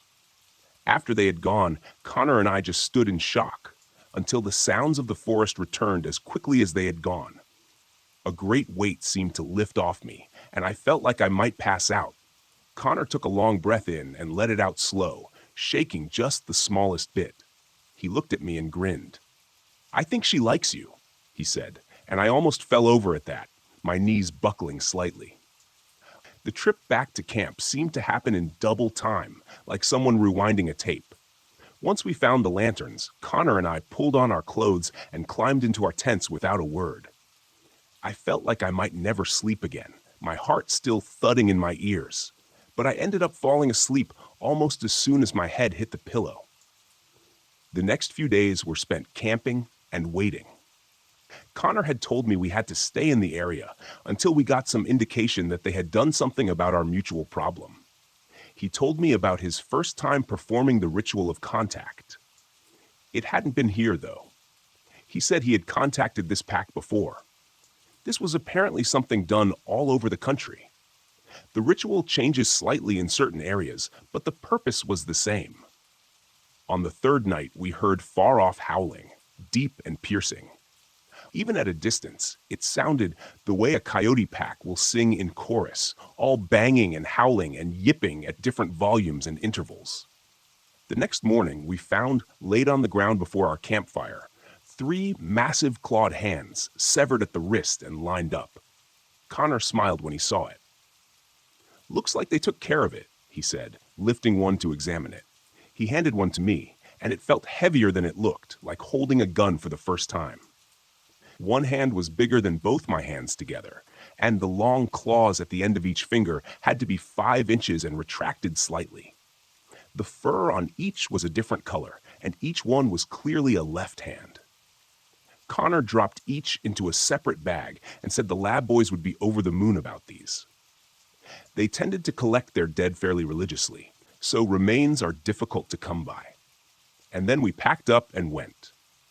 We hadn't heard of any further activity in the area, and we told everyone we were authorized to tell that the situation was resolved and that we had performed a highly successful contact. After that, I felt a bit like a celebrity at the DNR. It was something I'll never forget, and something I wouldn't consider doing again unless the situation was dire. Although, with the reports we've been getting lately, it might be something we won't be able to do at all anymore, in fact, very soon.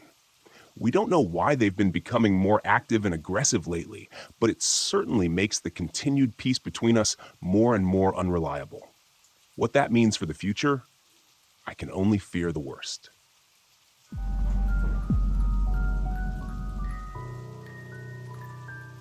A man once paid me to be hunted for sport. I had stumbled across his post when I was browsing the web for work. I was looking for some sort of side gig to pass the time. I was at a bit of a crossroads in my life. I had quit my previous job to break away from the redundancy it had sucked me into. It was a spontaneous decision with no real-life planning. Luckily, in this day and age, the internet caters to people like me, people who don't care about chasing money or don't want to be tied down. It wasn't the money I was after, but the change it would provide. I felt like I couldn't enjoy anything in life, like I was just going through the motions. That night, I had been scrolling for quite some time, skimming over job posts, help wanted here, shorthanded there. I didn't think I would find anything that would suit me. It all seemed like the same thing disguised under a different title. That was until I found this particular ad. I thought it was a scam at first, comical dollar signs on each side of the Craigslist title, like a trap set for the elderly in search of credit card numbers. I clicked on it anyway, curiosity getting the better of me. In all caps, the posting read, "Big money for manhunt volunteers." At least it was to the point. The details below gave a brief introduction as to what the job entailed. I skimmed them over with amusement, half of me doubting if it was true, the other half kind of hoping it was. As ridiculous as the prospect was, I had to admit it was exciting. There were some requirements for the job, however, and I was surprised to find that I fit the bill. Must be male. Must be young and fit if possible. Must not be afraid of the dark. Must come alone. No cell phones, no firearms, no police. Must meet the night before to discuss further. The list went on for a while, but ultimately ended with a phone number and a typed signature from someone simply named Bob. I found myself thinking it over. I didn't exactly have anything to lose, no family or friends. I always lived alone. The idea of wanting to pack up at a moment's notice never seemed to sit well with any of the significant others I had in the past. I don't know if it was stupidity or the need for adventure, but in the end, I found myself grabbing my phone. I mean, how often do people get to say they were hunted for sport? The money wouldn't hurt either. I gave him a ring. The man who answered the call was tipsy but eager, and when I mentioned my interest in his post, he seemed to be ecstatic, like I was calling to give him the lead role in a movie. The conversation was a little awkward considering the reasoning behind the call itself, but after a few minutes of cryptic back and forth, we agreed on a meeting place. I was a few towns away, but he insisted I meet him closer to his side of the woods. The hunt would be at his estate, and I should stay in town so I was well rested for the event. We would meet at a local bar called the Sixth Shot to discuss terms and conditions. He seemed determined, like he had been waiting for someone for a while. He said he would understand if I was in no hurry, but with my current status of unemployment and lack of overall plans, I found myself meeting his energy. I had to admit the concept was a little exciting, if it was real at all. We decided to meet the next day. The Sixth Shot was a bustling little place. A neon sign with a smoking gun made it easy to find. When I arrived, I found the guy immediately. He looked about how you'd expect a manhunter to look. He pulled it off well. A black polo and tan cargos, a shiny shaved head with a thick curled mustache, all worn on a very tan and muscular body. He was sitting at the bar alone, and he lit up like a Christmas tree when he saw me. Like he knew. He patted the stool next to him like he was welcoming a long-lost friend. When I crossed the bar, I was met with a firm handshake and a pat on the shoulder. He told me he was delighted to meet me, and drinks were on him. After a brief introduction, he got a glass of top-shelf bourbon for himself, while I sipped on an Irish red ale. I had acquired a taste for it recently. Considering he was trying to hire me with the intent to murder me, he sounded like a pretty cool guy. We got to know each other a little before getting to the serious stuff. The people around, enjoying their drinks, were none the wiser. The man known as Bob was actually Robert Callahan, a man born into a world of wealth and, as it seemed, perpetual boredom. His father ran a very successful chain of automotive stamping companies that he inherited from his grandfather. By the time his father passed, there were so many buildings and people assigned to making the gears turn efficiently across the globe without his input. He was able to live a life of leisure on a 7-figure income without as much as lifting a finger. The companies ran themselves as he got older, and he filled his adult years with seeking thrills across the globe. He tried anything that got his adrenaline pumping, from skydiving to whitewater rafting. He took a liking to hunting, which he said had started an escapade of finding the world's most dangerous predators and killing them, no matter the cost. He said he had seen it all, but in all his years, there was one thing he hadn't bagged: a human. I laughed at his extraordinary lifestyle, feeling a bit mundane when it was my turn to share stories. Mine was far from exciting. I left the more boring bits out, but I told him I spent most of my 20s as a park ranger. It kept me close to nature and the outdoors, but when it's all you look at, it tends to lose its luster. I left that to be a cab driver in a big city, something that kept me in transit and entertained for a while. Always moving, with so many people to observe in the busy city life. But in time, I found myself too contained to the city itself, which is why I recently quit. This brings me to about where I was right now, discussing being hunted by another man. He was fascinated, jotting down notes in a little pocketbook while he sipped his bourbon. We conversed for a time. I finished a couple of beers, and he ordered another pour of bourbon. The conversation was nice. It had been a while since the last time I went out with friends. Despite the fun I was having, we couldn't beat around the bush forever. When it came time to discuss the actual terms of our agreement, his face turned serious. I would be paid $5,000 tonight. Granted, I still wanted to go through with it.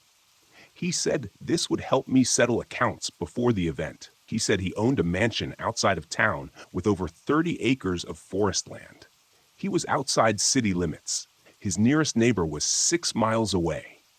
No one would hear screams or gunshots. We would start tomorrow night. I was supposed to get to his estate at 10 p.m.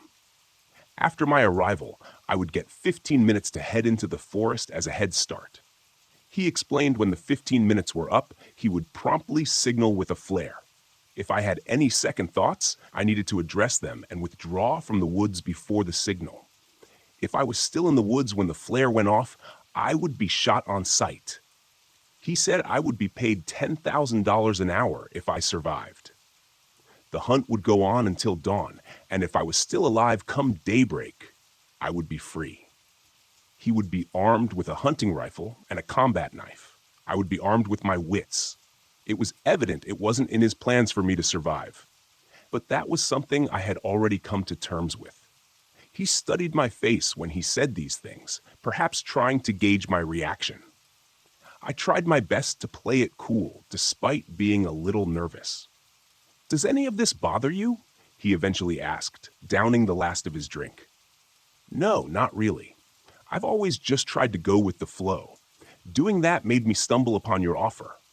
Maybe if I get out and live a little, it'll encourage me to settle down for a bit more. That is, if I make it out alive." I winked, and we both had a laugh. "You're a riot. If I wasn't trying to kill you, I think we'd be pretty good friends." After all the details were ironed out, he paid the tab, and it was time for us to take our leave. We shook on it before going our separate ways. He was excited for the next day, a pep in his step carrying him to his obnoxiously lifted truck. He burned out as he left, almost rear-ending a Buick as he left the parking lot. I watched him go, feeling oddly serene in the cool night air. It was hard to describe. There was no one waiting for me to come back, no one to give me a courtesy call if I didn't show up. I didn't know if it was the thrill of the challenge or the drastic break in monotony. I spent my life trying not to be a creature of habit. Maybe this would be the last shift off course, or maybe tomorrow I would die and not have to worry about it anymore. With the moon shining bright and the cool breeze on my neck, I decided I would take a walk before sleeping in my car for the night. It might be my last time to enjoy a night like this. The next day, I woke in the backseat of my car, feeling oddly rejuvenated despite my choice of bed for the night. Through the blinding afternoon rays, I found my phone and checked my bank account. He was a man of his word. The $5,000 had been wired as promised. I decided I would go into town, indulge in some of the local variety, and find a place to shower before meeting Robert at the estate. I climbed into the front seat and left the parking lot on my way into town. I called my landlord and canceled my lease. I was already living in and out of boxes, and my lease was month to month, so I wouldn't exactly be missed. After getting something to eat, I called and canceled all my utility accounts, electricity, internet, stuff like that. I had already put in my resignation at the cab company. There wasn't really any ties to my life at my apartment. I would either survive till dawn and get the biggest payday of my life, or not have to worry about the next step if I failed. Either way, this was the end of the current chapter of my life. After spending the day driving around town, I found myself heading over to Robert's property. The sun was already making its way into the horizon. His driveway was long and winding, leading to a gigantic house that looked like the surrounding forest was trying to swallow it. When I pulled up, it was already almost dark. A butler greeted me at the mansion, an old man carrying a silver tray covered in a soft cloth. He opened the car door and let me out, introducing himself only as Charles. "I will be taking your belongings now," he said. "If you don't make it out, they'll be destroyed at sunrise." He held out the tray. "Of course," I said, handing over my phone, wallet, and keys. After placing them on the tray, he offered a smile. "Would you like a refreshment before heading in? Mr. Callahan's staff will accommodate you before heading into the forest. He truly appreciates you answering his ad." "I'm fine. Thank you. I guess I'd rather just get to it," I said, wiping my sweaty palms on my jeans. "Of course. If you'll just follow me, it's right this way. He gestured for me to follow him. Charles escorted me through the house. The inside was furnished top to bottom with luxurious wooden furniture, bearskin rugs, chandeliers made of gold, and paintings from the Renaissance era. The estate was definitely worth a fortune. We passed by a trophy room filled wall to wall with mounts of animals from across the globe. They seemed to stare with their glass eyes, following us as we made our way through. Charles made no effort to engage in conversation, and neither did I. The other end of the mansion consisted of a large patio waiting for us. There was Robert, who seemed to be preparing for a little hunt. He was running a large combat knife over a whetstone slowly and methodically as we approached. Propped up next to him was a rifle, the bolt pulled back, several cartridges laid out on the glass table next to it, and the flare gun. "The time is approaching," said Charles, and Robert nodded. He wiped the blade off and sheathed it on his belt. I looked at his loadout on the table, starting to feel sick to my stomach. This was seriously happening. Now that I was here and seeing him fully prepared, I couldn't help but feel like I was in over my head. Robert stood and grabbed his rifle. He picked up each .308 cartridge and loaded them slowly, one at a time, until it was full.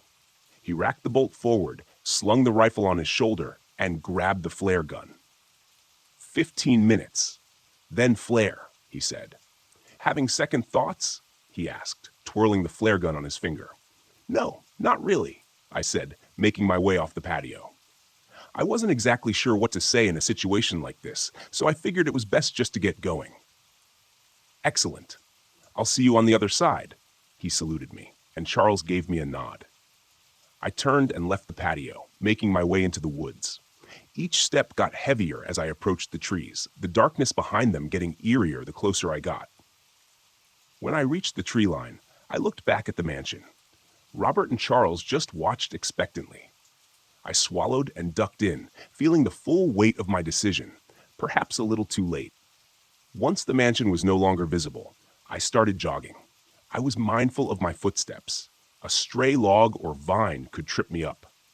During my time as a park ranger, I spent dozens of hours hiking trails.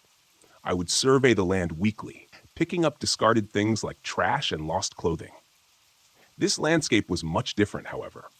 The ground was uneven, years of collecting leaves buried and fallen limbs and jagged rocks. I was wearing decent boots, but the terrain was unforgiving. One misplaced step, and I could roll or break an ankle. I wouldn't be able to rush too much, so I maintained a steady pace, hoping to put enough distance between us and maybe find a decent place to hide. With the sunset and no light source, I couldn't see very far in front of me. I tried not to think about how much time had passed. I just focused on pushing forward. The trees started to crowd, giant maples with lush branches blocking the moonlight. I ducked under them quickly. A twisted branch snagged my shirt, and I shook it loose. Birds screeched and roused from their perch, flapping away in a panic at my presence, their cries echoing into the night, sending a chill down my spine. There's nothing to be afraid of, I thought to myself. Not yet, at least. I came to a small clearing and took a second to catch my breath. I leaned on a tree, shaking clumps of mud and pine needles from my boots. The ground was wetter than I had anticipated. Off in the distance behind me, there was an echoing pop, and I looked to see the flare reaching toward the sky, a little orange ball of fire. I pushed off the tree and continued. I had to keep moving. I ran across the clearing. Each step squished on the ground as I went on. My third stride, my boot stepped on something awkward and hard. By the time I heard the clicking sound, I knew it was already too late. The sudden force clamped down on both sides of my ankle. I could do nothing but cry in pain. I stumbled awkwardly to the ground, agony shooting through my leg as the wind was knocked out of me. I looked down at the bear trap, blood oozing from where the metal jaws were buried. I was frustrated at my foolishness. Of course, he had put traps in the woods. Why wouldn't he? I forced the jaws apart, the mechanism creaking, begging to bite down again. My hands shook, holding the slippery metal, and my leg was barely free. I let it snap shut. The sound of steel on steel clanked into the night, so loud it bounced off the trees. A second later, I heard an excited whooping noise. I'd heard him. He would be coming. I tried to see my ankle in the dark. There were nasty gashes on either side, but I didn't think it was broken. I got back up. It would hold weight. It was just hurting like hell. I didn't want to look back when I pushed forward, panic starting to set in, trying to regulate my breathing. I moved as quickly as I could, one strong step, one baby limp. I scanned the ground, looking for more traps. There had to be more, surely. Branches whipped my cheeks and pulled at my clothes. I tried to be more careful, but I just couldn't see them quick enough. My left foot squelched with every step, blood soaking through my sock into the laces. I pressed on, hurdling a large dead log. I had to find a spot to hide for a moment to catch my breath. My heart was racing. I was having trouble thinking rationally as I could with the situation. A wave of fear washed over me for the first time in a long time. I'd gotten what I wanted, a thrill to make me feel alive. But as I looked down at my mangled leg, I was starting to regret it. Gunfire cracked in the distance. Branches next to my ear exploded, specks of bark and dust hitting my face from the racing bullet. I threw myself to the ground and started crawling, dragging my injured ankle with me. I dragged myself to a large pine tree and sat behind it, trying to come up with a plan. The gun went off again, closer this time. The round punched into the tree, shaking loose needles that fell from above. I squinted in the dark, trying to see ahead. In front of me, the ground started to slope, and I could finally make out the sound of rushing water. It could be a creek or a small river. Keeping behind the large pine, I slowly stood, trying to stick to the shadows until I was ready. I pushed off and started to run for the slope, hearing the gunfire again. As soon as I was in view, a fierce pain ripped through my shoulder, and my arm went limp, but I wouldn't stop. I started down the hill. I could see the shimmering surface of the creek below, something bobbing in the water, rotted logs from the looks of it. I needed to get down there, get under the water, and use the logs as cover. I worked my way down the slope. The ground was wet, each step threatening to slide out from underneath me. I heard footsteps now, breaking sticks and brushing trees as they tried to catch up. Another gunshot. The bullet whizzed over my head and missed. I tried to go down further and crouched, but my feet were too unstable. I focused on the water, a little bit closer and closer, like it was my salvation. I was almost there. Behind me, I could hear the racking of the bolt-action rifle. I shot a panicked look behind me. I could barely see him working through the trees, 20 yards away. As I turned back to the creek, my good foot got caught on something. I fell forward, hit the ground hard, and started to roll painfully and awkwardly in the dark. I watched my descent in a swirl of moonlight and darkness, my elbows and knees colliding with the earth as I went. I came to a stop at the edge of the water, lying on my back, gasping for air.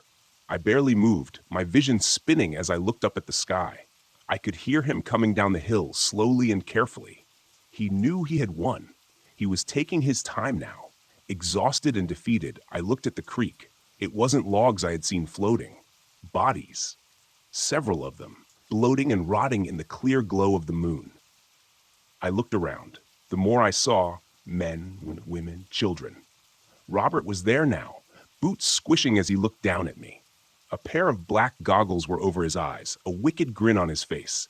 He unslung his rifle and let it fall to the ground, then pulled the goggles off his face and cast them aside like toys.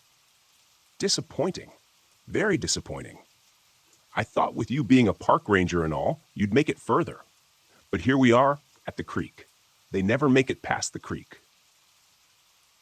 Robert cracked his knuckles and pulled the knife from his belt.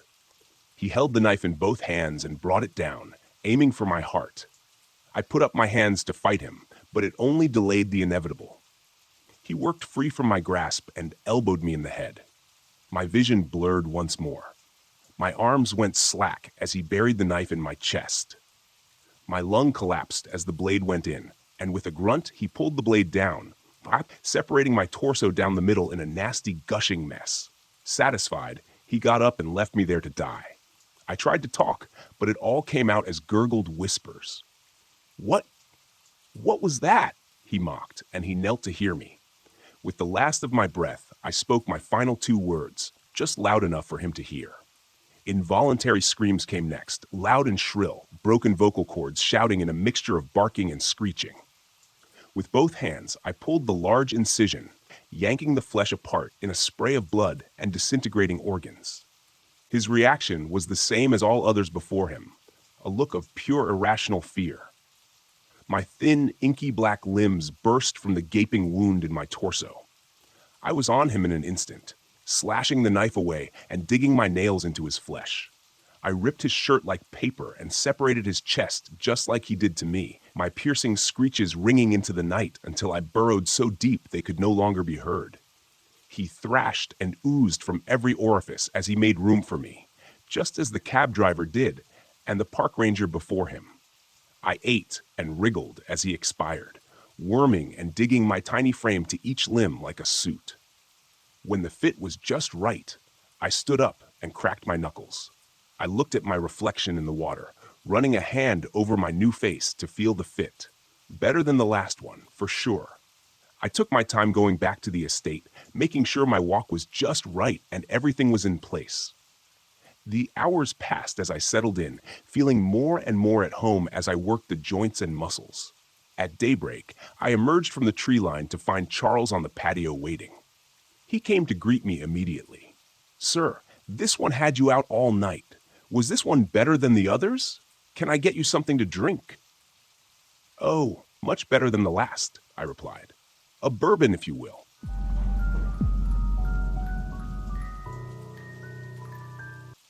I've been a fire lookout for about a year now. I spend most of my life alone in a small, window-lined, one-room shack atop a steel and wood-frame tower in the middle of the Great Smoky Mountains National Park.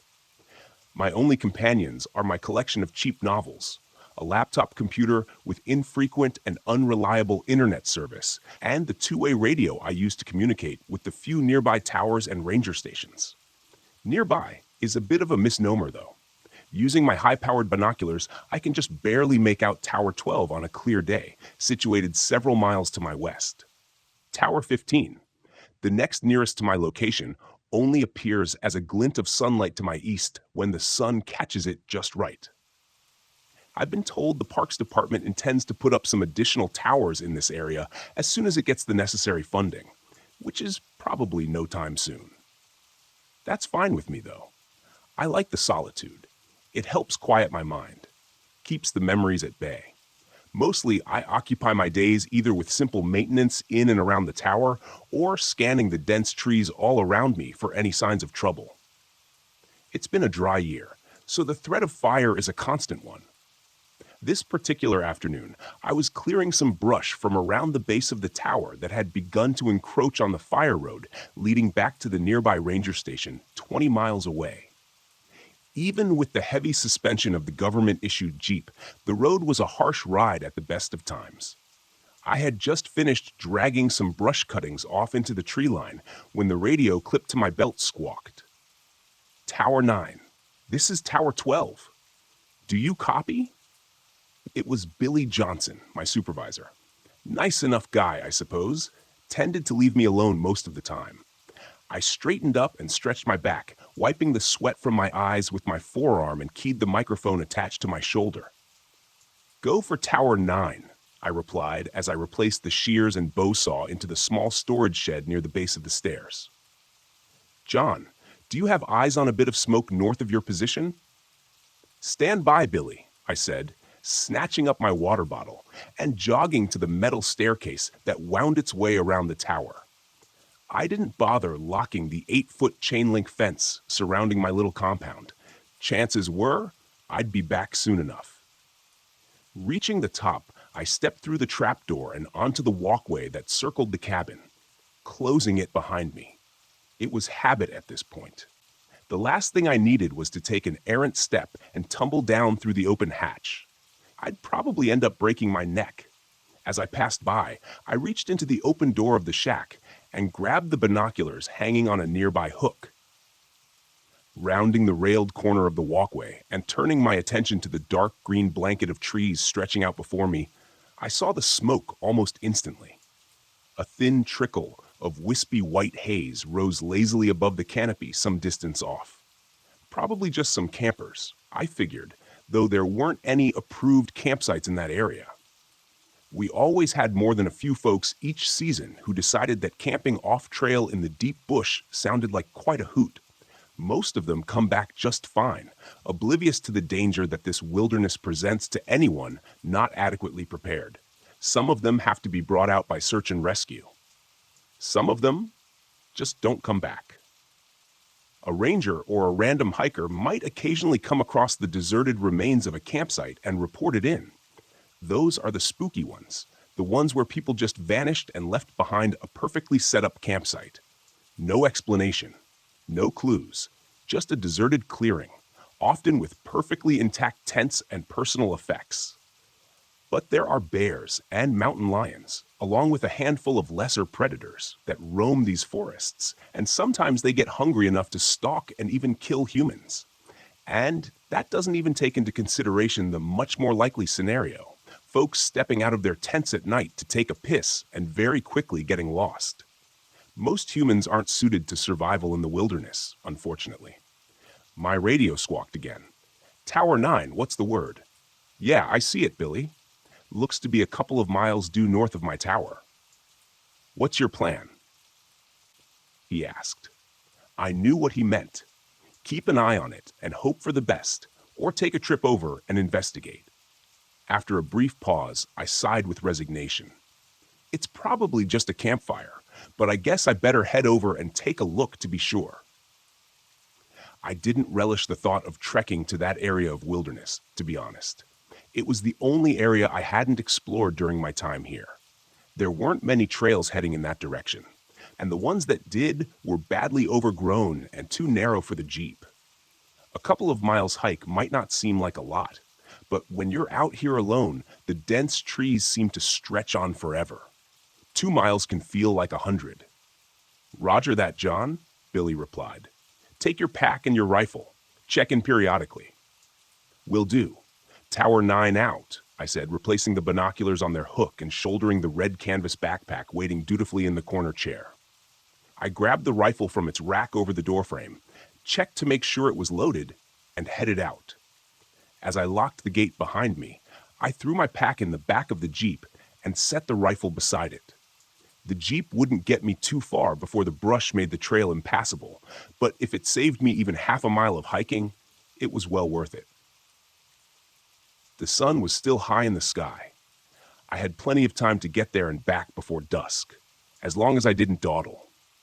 I started the engine and turned the wheels toward the unmaintained trail to my right. After only a few moments, the trees and canopy obscured any trace of the watchtower behind me. I was actually able to push the Jeep farther than expected. A pleasant surprise. I was probably a mile along the trail before it bent, and a massive pine lay across the path, much too large to go over. The dense underbrush around me ruled out the possibility of going around. I immediately lamented not bringing the chainsaw. Cutting it up and winching the pieces out of the way wouldn't have been too difficult and would have saved me a ton of trouble. With a quiet curse, I stepped out of the Jeep and grabbed my gear from the back seat. I smiled to myself as a quote from a certain fictional adventure-seeking archaeologist suddenly came to mind. "We walk from here." Making sure to mark the location of the Jeep on my handheld GPS, I stepped over the thigh-high tree trunk and continued along the path. According to my earlier estimate, the trail was heading in the direction of the smoke, which was a blessing in my book. The less time I had to spend bushwhacking, the better. The trail continued to narrow, as I expected, and before long, I was brushing branches and leaves with my shoulders as I walked. The trees, which had been alive with the cheering and chirping of animal life near the tower, now seemed muted. The forest around me was growing denser, feeling oddly claustrophobic at times. Billy checked in a few times, and I updated him on my progress, promising to maintain regular contact. He advised me that a weather relay from the ranger station had reported an approaching storm, likely to reach us before nightfall. A quick glance at my watch made me wince. I had already spent more time than I'd predicted. Maybe it was best to turn around and head back. The last thing I wanted was to get caught out here overnight with minimal supplies and a rainstorm. I wasn't worried, but it sure wouldn't be comfortable. If I'd been farther from my destination, I probably would have turned back right then. I wish I had. Within another 20 minutes, however, I smelled the faint scent of a wood fire. Not strong, but definitely there. I was even more certain of what I'd find when I reached them. When I stepped out of the now almost non-existent trail, I found myself in a sparsely treed area amidst a dozen or so wooden shacks, and I halted in surprise. I had reached the base of a hilly rise covered in heavy forest, and these old, forgotten cabins looked like they had belonged to some sort of small settlement. Perhaps an old logging camp, I thought. I didn't know this place even existed, and made a mental note to research it when I got back to my tower. I keyed the microphone. "Tower 12, this is John. Do you copy?" Billy replied, his voice staticky and distant. "Hey, John, Tower 12, what's your status?" I frowned and looked around at the towering trees all around me. I suppose I was asking more out of the portable radio than was reasonable. I was lucky I still had any signal at all. "I found what looks like an old logging or trapping camp," I said, meandering among the decaying and derelict cabins. Most had collapsed roofs and were barely standing. "The campfire has to be nearby. I'm going to take a look around a bit more." There was a pause before Billy spoke again. "What's your current location, John?" I glanced at my handheld GPS and relayed my position. Another pause. "John, I think you should probably just turn back. Come back, okay? You don't have many more hours of daylight left, and that storm looks like it's getting worse." Something in his voice sounded off, but I couldn't quite place it. Nervous, maybe? I couldn't blame him. My safety was his responsibility, and the idea of one of his lookouts being caught out in a storm overnight probably didn't sit well. Coincidentally, it didn't sit well with me either. "You may be right, Billy," I replied, turning around and casting my eyes over the area. "I'll just head—" I stopped as my eyes caught sight of a bright yellow nylon tent just beyond the last of the structures. "Repeat your last, John." I didn't get that. "Stand by." "Tower 12, I said absently, making my way toward what I now realized was a small cluster of 3 modern tents situated around a central fire ring. The fire had been completely extinguished, but the embers still smoldered lowly, the source of the smoke. I looked around for the campers. Nothing. No one in sight or earshot. Sleeping bags and electric lanterns were still inside the tents, though I couldn't find any backpacks or supplies. "Hello?" I called out, turning in a circle. "I'm with the Forest Service. Is anyone here?" Nothing, just the muted echo of my own voice. I was about to dump some dirt on the remaining embers of the campfire and call it a day when I noticed the narrow footpath leading toward the slope. In the soft dirt were clearly recent footprints heading away from the camp. I keyed the mic again. "Tower 12, this is John. I found the source of the smoke. It's a campfire, all right?" "Nothing to be concerned about," Billy answered almost immediately. "Roger that, John. Head back home." I paused a moment, curiosity pulling me toward the footpath. "I'll be heading back shortly, Billy. Just want to check something out first." "I wouldn't screw around out there, John," Billy replied, an edge to his voice. "Better head back now so you can beat the storm." His last sentence didn't exactly sound like a suggestion. Something had him rattled. I hesitated before answering. "Acknowledged," I said, knowing full well I was going to check out the path before heading back. Still, I didn't feel like arguing with my supervisor over something so small. Just a quick walk up that path, then I'd be on my way. This path was even less established than the one I'd been on earlier, but I could clearly see the campers' imprints in the dirt as I went. Before long, I emerged into a small clearing, eyes widening with yet another unexpected discovery.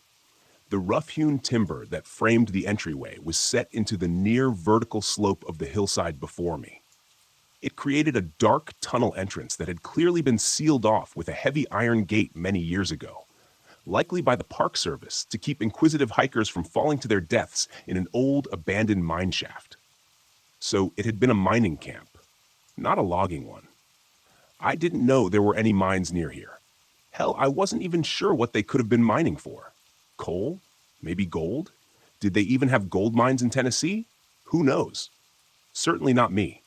Clearly, regardless, now that gate stood wide on its hinges, the remains of a rusted chain and antique padlock lying in the dirt nearby. Hell, I couldn't just turn around and leave. One of these dumbass campers had decided it'd be fun to explore a closed and restricted mine entrance. This is Tower 12. This is John D. Reed. Billy probably wouldn't be happy that I'd continued my exploration after he told me to head back, but there was nothing to do about it now. I wasn't equipped or trained for any sort of cave exploration or rescue. The Rangers had very specialized teams for that sort of thing. But I could at least poke my head inside and see if there were any campers, or hear them, confirm if they went inside. No answer from the radio. I tried again, with the same results. I tried a different approach. Tower 15, this is John from Tower 12. Do you copy? I said into the radio. I figured I might be able to at least get Nathan's attention if I was out of range of Billy. Tower 12. There was a burst of static that sounded like it might have contained the hint of a human voice, but it was too distorted and distant to make anything out. There was only a moment of indecision before I made up my mind. I knew it was reckless going into the mine, especially when my supervisor believed I was currently on my way back to the tower. But I had this nagging intuition that something might be wrong with the whole situation.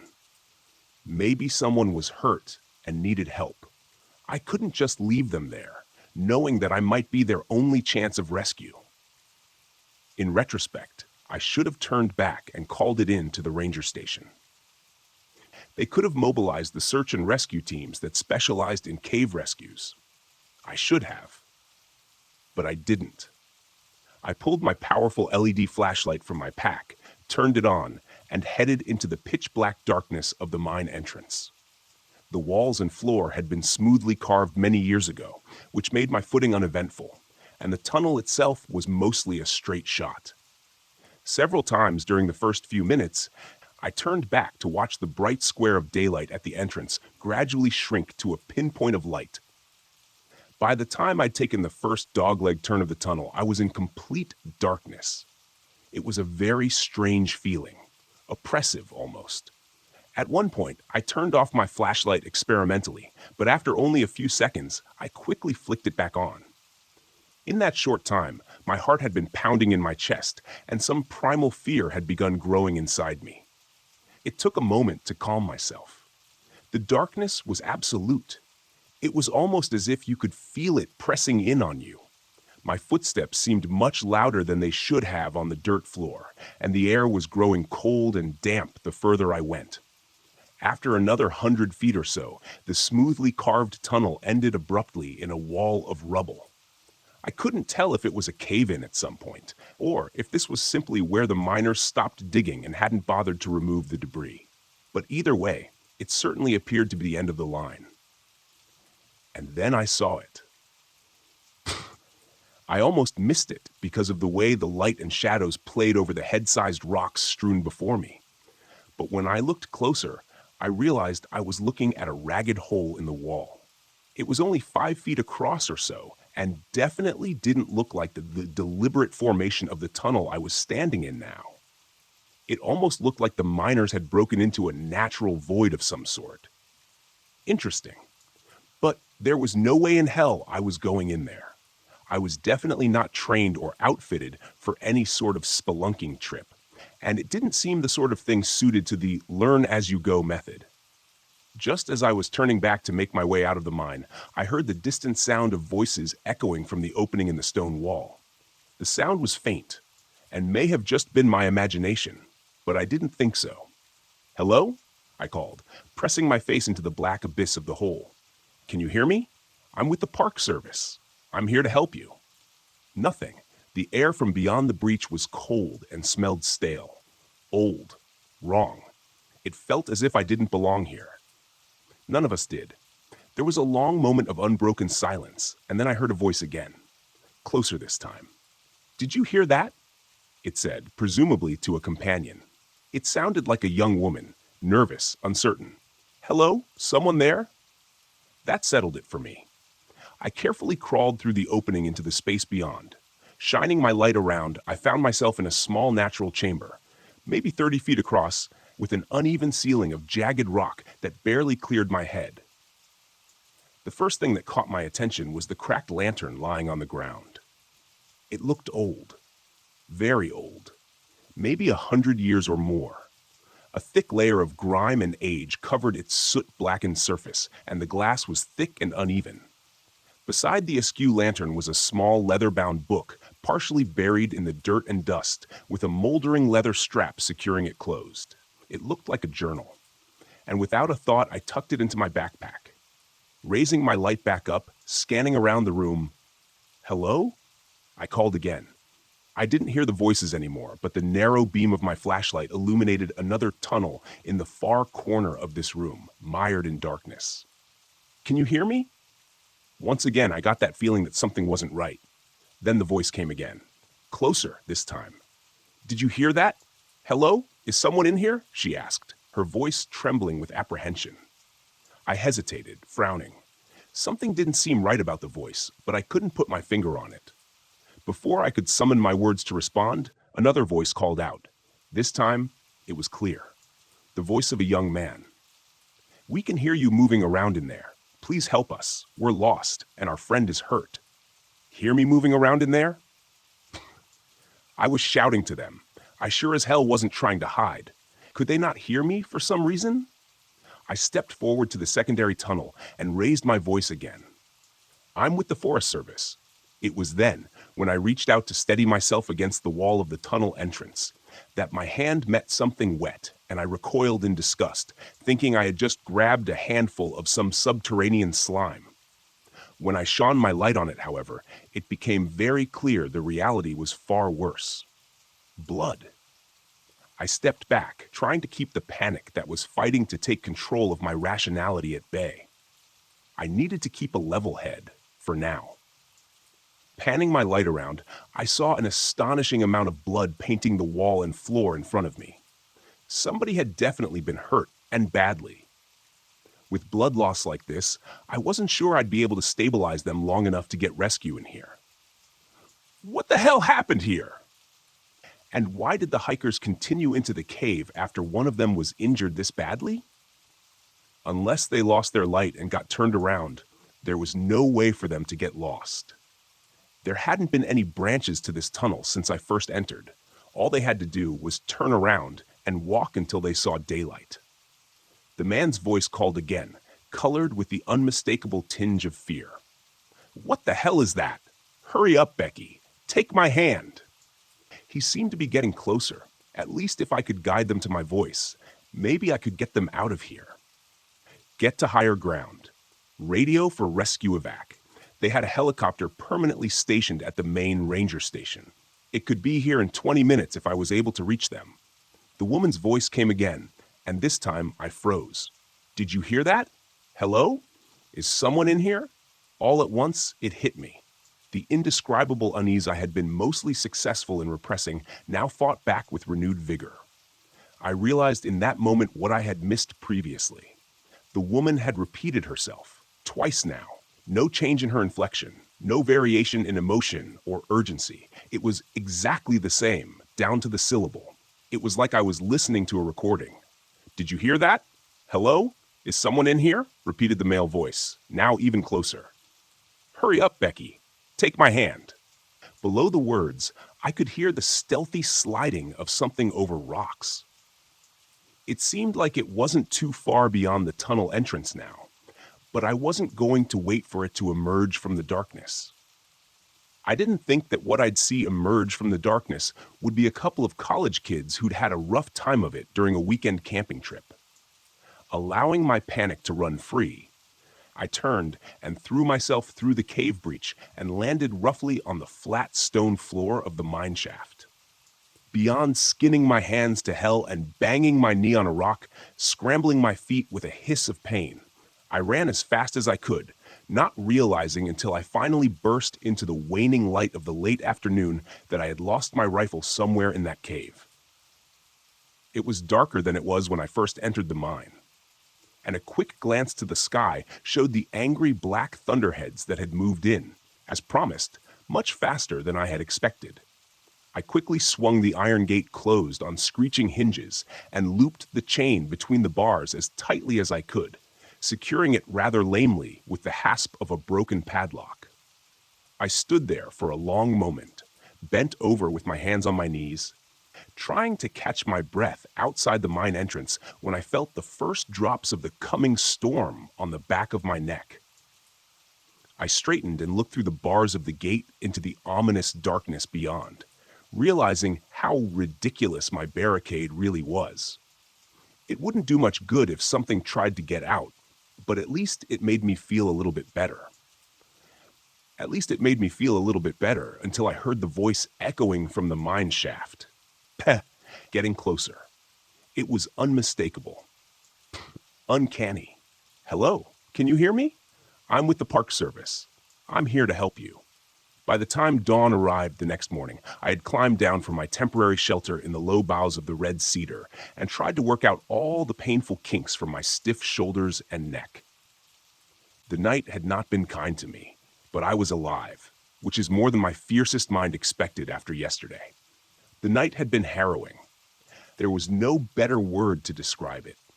The rain hissed among the trees and stung exposed skin angrily, driven by the banshee wail of the wind rushing through the forest, accentuated by the chaotic flashing of lightning and the heart-stopping crack of thunder. Because of this relentless chaos, it's difficult to say with any certainty. But throughout the night, I thought I heard something large trying to move stealthily in the forest near my shelter. I say, trying, because it felt like whatever stalked through the underbrush was more at home in the unnatural, Stygian gloom of a cave than under the watchful eyes of nature. Of course, it could just as easily have been my imagination.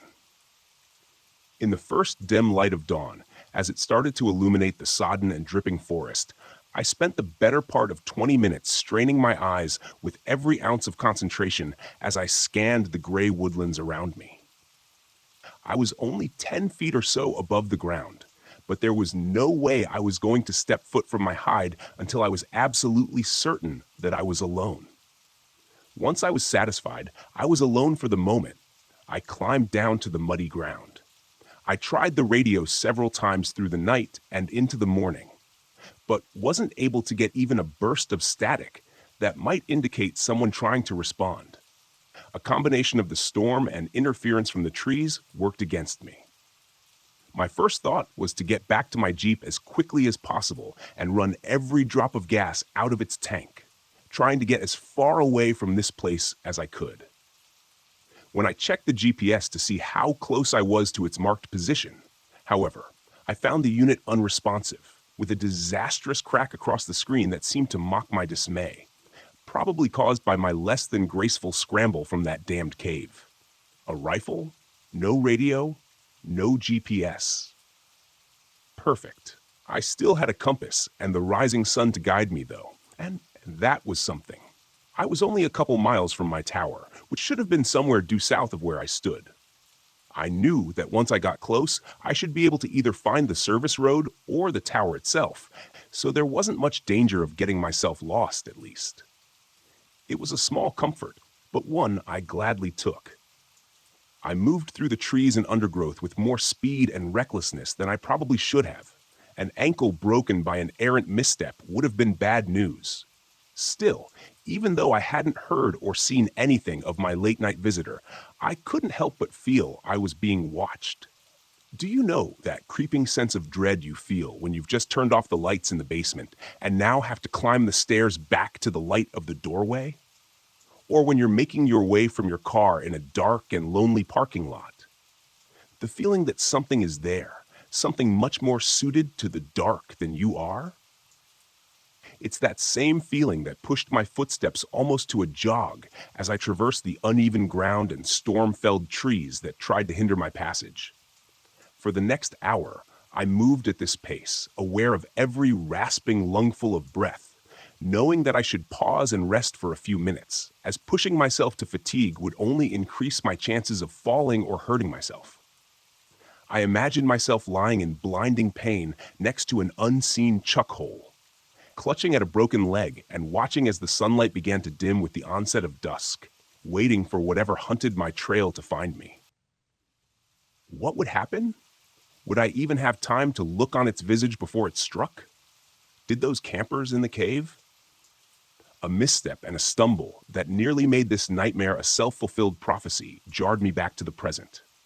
Against all instinct, I forced my pace to slow, first to a trot, then to a walk, and then reluctantly, I stopped completely, trying to catch my breath while I scanned the dense woodland around me. Nothing. No. Not nothing. As my heart began to slow and my breathing returned to a more manageable cadence, I turned my gaze back in the direction I had been headed, and an unconscious smile found its way to my lips. The sun had risen high in the morning sky during my flight, and now I caught a flash of its reflection on the windows of my tower, not 200 yards directly ahead of me. I laughed aloud with relief, fully aware that this fear-tinted eruption was closer to the manic cackle of lunacy than anything else. I didn't care, though. My feet started forward on their own, quickly reaching a brisk pace. A few minutes later, I burst out of the trees into the maintained clearing surrounding my tower, feeling the full sunlight on my face for the first time since yesterday. Had it only been a day? It seemed like longer. I was so filled with relief that I didn't even register the fact that the forestry department Jeep sat parked near my fenced-in tower until I started entering the combination into the gate lock. The faded white 12 emblazoned on the corner of the windshield told me that it was Billy's Jeep, which wasn't much of a surprise. I realized after a moment, after not hearing back from him, that I was more surprised I hadn't returned to find an entire search and rescue team making preparations to search for their lost puppy.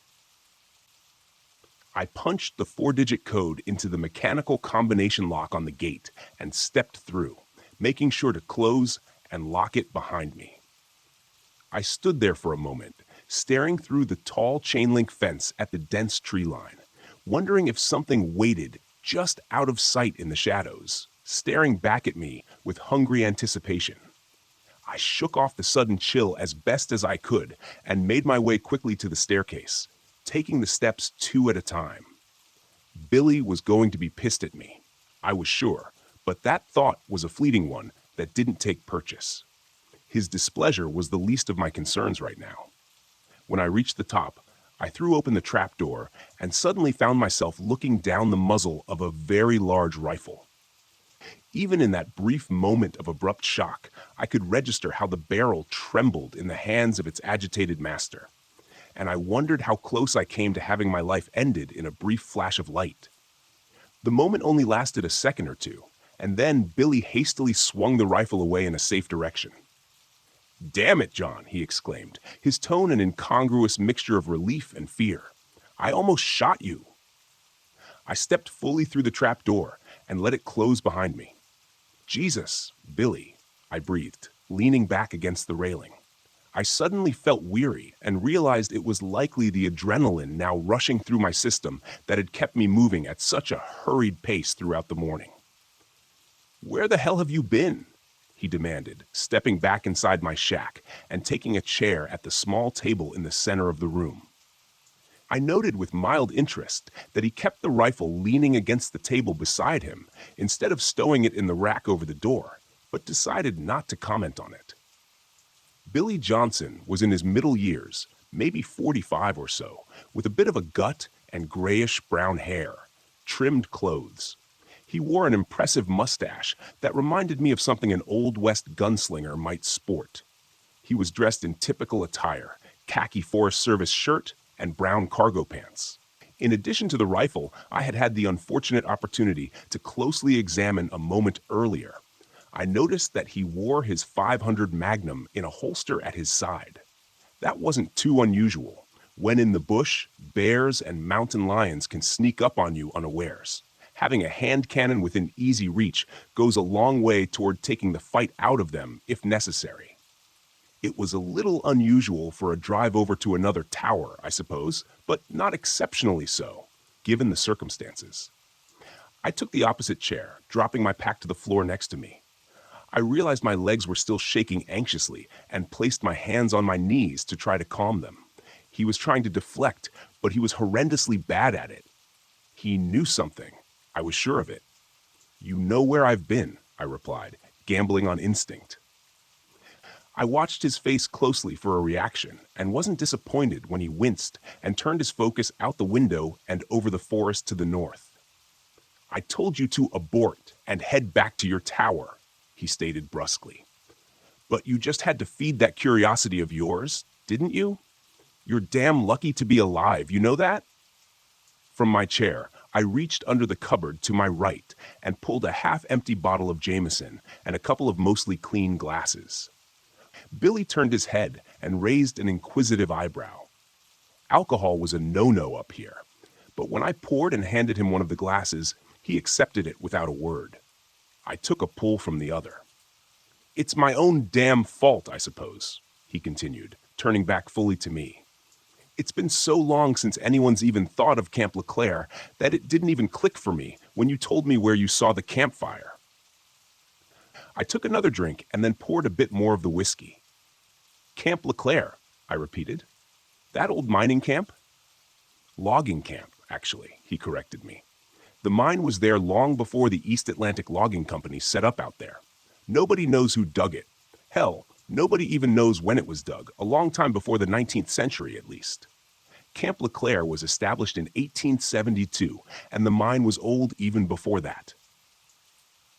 He looked at me in earnest for the first time since I'd returned and frowned. "You look like hell, John. Got caught in the storm, I'm guessing. Hell of a storm." I only raised my eyebrows as if to say, "What an understatement." Billy nodded knowingly and took another swallow. "Did you find the campers at least?" I shook my head and turned to look out the window to the north, where I could almost envision the black void of that mine entrance staring back at me. "No," I said softly. "I tracked them to the mine but lost them in the cave." I jumped when Billy's glass hit the floor, and he was out of his chair before I even realized it. Billy hadn't moved from his seat, but now both hands were splayed on the table before him as if to steady himself. His pale blue eyes were wide and fixed on me. "You went into the cave?" he said, a sudden and horrifying realization dawning on him. It was then I realized my mistake. He hadn't known. He thought I had just discovered the camp and the mine, and then got caught in the storm overnight. A close call, but nothing that couldn't be undone. "Yeah," I replied, nodding slowly, deliberately. "Yeah, I went into that cave looking for the campers. The gate had been cracked open already. I'm not sure by whom or when." I leaned forward in my chair and stared hard at him. "Billy, there's something in there. I think it got those campers. I think it followed me out." Billy Johnson's face had gone white then, and I thought for a moment he might pass out. He scooped his glass up from the floor with numb fingers and poured himself another splash of whiskey, downing it in one gulp. When he spoke again, it sounded far away and distant. "Utami," he muttered. "That's what the Chickasaw called it, and they were here long before we ever were. Blur is what the white man called it, among other names, Kuatami." He nodded. "False brother, lying man, something like that. Hell, I don't know. What do I look like, a translator?" "It means bad," he continued. "No matter what language you speak, it means something's out there that isn't supposed to be, something that was locked away a long time ago and forgotten." It was then that he stood and grabbed his rifle, as if suddenly remembering something. "I need to get back to my tower and make a call now." I gestured to the radio base station sitting patiently on the table near the door. "Why not use mine?" Billy shook his head. "Sorry, John. It doesn't work that way. Special phone, special number. I just hope I'm not too late." I started to stand. "I'll go with you," I said. He pointed a stern finger at me and narrowed his eyes. "No, you stay here, strap on your handgun, and make sure it's loaded." His voice was calm, almost cold, and didn't leave much room for debate. Still, I had no desire to stay alone with whatever this angler thing was roaming around out here. "Billy, I can go with you. I can help."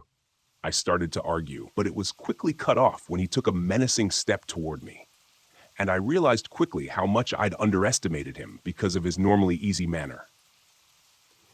"You will stay in your goddamn tower, and you will follow orders," he roared. I took an unconscious step back and reclaimed my seat, only managing a shaking nod in agreement. He took a trembling breath, pointed at the radio, and said in a slightly less terrifying tone, "And keep that thing on. As soon as I'm back at my tower, I'll radio you with updates." A moment later, he was gone, and the trapdoor slammed shut behind him.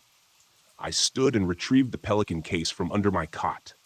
Inside was the same model of .500 Magnum revolver that Billy had been wearing, heavy and cold in my hands. I loaded it and belted it on the leather holster, feeling the reassuring weight tugging at my waist. "John?" I heard Billy call from below. I went outside to the walkway, leaning over the railing. He was standing beside his Jeep, 50 feet below, shielding his eyes from the bright sunlight as he looked up at me. "Make sure to keep everything locked. I'll come back for you," he shouted. I raised a hand to him and slid the latch shut on the trapdoor with my toe. I turned back into my shack as I heard Billy's Jeep fire up, and a moment later, it drove off down the rough service road toward his tower. I glanced back to the north, to the place where I had first seen the campfire smoke rising the day before, and suppressed a shudder. I was alone again, safe in my tower and armed, but alone. Abruptly, like an unexpected wave of nausea, the feeling that I was being watched washed over me with a chill, making the hairs on the back of my neck stand on end. I looked back over my shoulder to where Billy had been only a minute before, but saw only the rough service road and dense, impenetrable tree line beyond. That's probably just my imagination, but the feeling didn't diminish, and with every passing breath, I was more and more certain that there was something nearby, just out of sight, standing stone still in the gray-green foliage, waiting. I stood there a long moment, eyes straining for any hint of movement or alien shape among the shadows. But if there was, my human eyes weren't sharp enough to pick it out.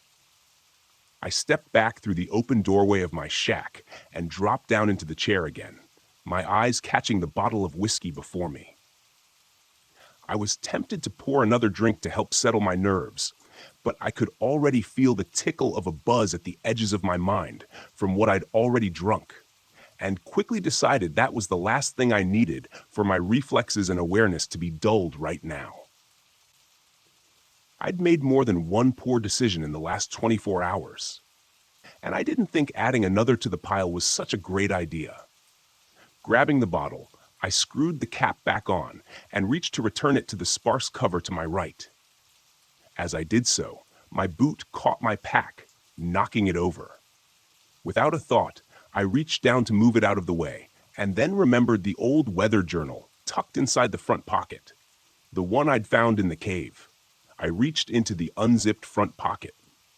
For a frustratingly alarming moment, my searching hand couldn't feel anything in the compartment, and I feared that I'd lost it in my chaotic escape. But then my fingers brushed the familiar shape, and I withdrew it, setting it in front of me on the table. I could see the book much more clearly now in the daylight. It wasn't overly large. A little larger than my hand, and maybe the thickness of my thumb. There were no markings on the front except for a simple, grimy brass loop that secured the leather strap holding it closed. I wasn't sure I wanted to see what was inside, but I needed some answers. Anything. A stray sound from the trees below rose to my ears, and I froze, listening intently for more, but none came. The forest around me was silent again, and I turned my attention back to the journal, pulling the strap free from the cover and turning to the front page. "From the pocket of Andrew Robinson," it said. The writing was neat and compact and distinctly male. The ink was a rich black, scrawled upon brittle yellow pages, and though faded with the years, was still mostly legible. I turned to the next page, where the entries began. I felt as though I had dropped into his account midway, as though this was just the latest in a series of journals that Andrew Robinson had been keeping. 23rd July, 1891. After nearly a week of hard overland trekking, we reached the abandoned camp late this afternoon, exactly where the old trapper said we would. Sequoia Arpani, tracker, has once again astonished me with his overland navigation skills. I must admit I was skeptical at the Yar in the old tavern, spun the crowded confines of the common house in Dun Creek, especially after I smelled the liquor on his breath. But the professor never gathered a moment. The man's instincts for reading human character are absolutely singular. The camp looks to have been abandoned, and I have to admit a certain unease as we inspected the rough cabins. There isn't a soul to be found, and it looks years abandoned, yet everything stands as if awaiting the loggers' return at any moment. Strange. 24th July 1891. Our small troop, both intrepid adventurers, made camp in the center of LeClaire last night. Those cabins likely would have been more comfortable, but I doubt any of us would have felt at ease intruding upon them. Richards laughed it off when someone mentioned how peculiar it was that the loggers had departed in such a hurry that they abandoned their personal possessions. But I could see in his eyes that he felt it odd as well. Sequoia, our ever-courageous and solid guide, seemed ill at ease and unusually withdrawn, refusing all conversation and only responding in queries with quiet grunts. Something of concern hides behind his eyes, though, and I wonder what it is. Only the professor seems unmoved by the unusually still atmosphere of this place, and his typical infectious positivity keeps working at our unease, keeping it from expanding beyond its current state. Today, we spent much of the day exploring the area surrounding Camp LeClaire, and the sunlight was nearly spent when Dobson burst back into camp with news of his discovery. We all of us raced at a moment's notice behind him as he led us along an ill-used and nearly invisible footpath that led ever ascending upon the side of the northern rocky slope. When the path terminated, we were deposited before a truly curious sight, a barricaded tunnel entrance that had been bored into the rock face by some unknown hands. I suspect some sort of exploration tunnel or added dug-in search of precious ores, especially given the nation's more recent history with gold fever. The wooden barrier that had been roughly assembled from a hodgepodge of heavy timber beams was curious, and several of our group commented on it. But the professor dismissed the triviality, so the matter was dropped. It is far too late in the day to proceed any further, but we plan to penetrate the barricade and enter the tunnel in the morning. The excitement among the men is palpable. 25th July 1891. Sequoia is gone. He took his supplies and his prized Winchester rifle and fled sometime during the night like a phantom. This is a shocking blow to all of us, foreign to the professor, with whom the Pawnee tracker had partnered for a number of years across much of the eastern states. We have no explanation for his sudden desertion, and it sits unwell with the entirety of the group. The overall mood has darkened, I fear. Still, we must push onward. 25th July 1891 addendum. It took more than 2 hours of hard labor, but we were finally able to gain entrance to the mine shortly before noon today. Richards managed to get his boot caught between two heavy timbers as he stumbled forward, straining his ankle with a terrible cry. We feared it broken, but Dr. Franklin assured us that his bones seemed intact. Regardless, Richards was taken back to the camp, where he will convalesce while the rest of us make our entry. His part in our exploration has come to an end for now. We made our way in a single file through the added tunnel, for some way before reaching its carved end. The light from our oil lanterns providing regrettably inadequate illumination over the rocky surroundings. When we reached the terminus of the mine tunnel, our hearts sank for a moment before the professor gave an exclamation of discovery and suddenly disappeared through a nearly hidden rift in the wall, surrounded by jagged rocks. We eagerly followed him through, careful of our footing as we went, and found ourselves in what I can only assume to be an accidental breach by the miners into a natural cave system. The air was chill and unmoving, but our excitement over this discovery laid any concerns or discomfort this may have caused. The professor directed us to set up a secondary camp in this new chamber, which we'll use as a staging point for further exploration.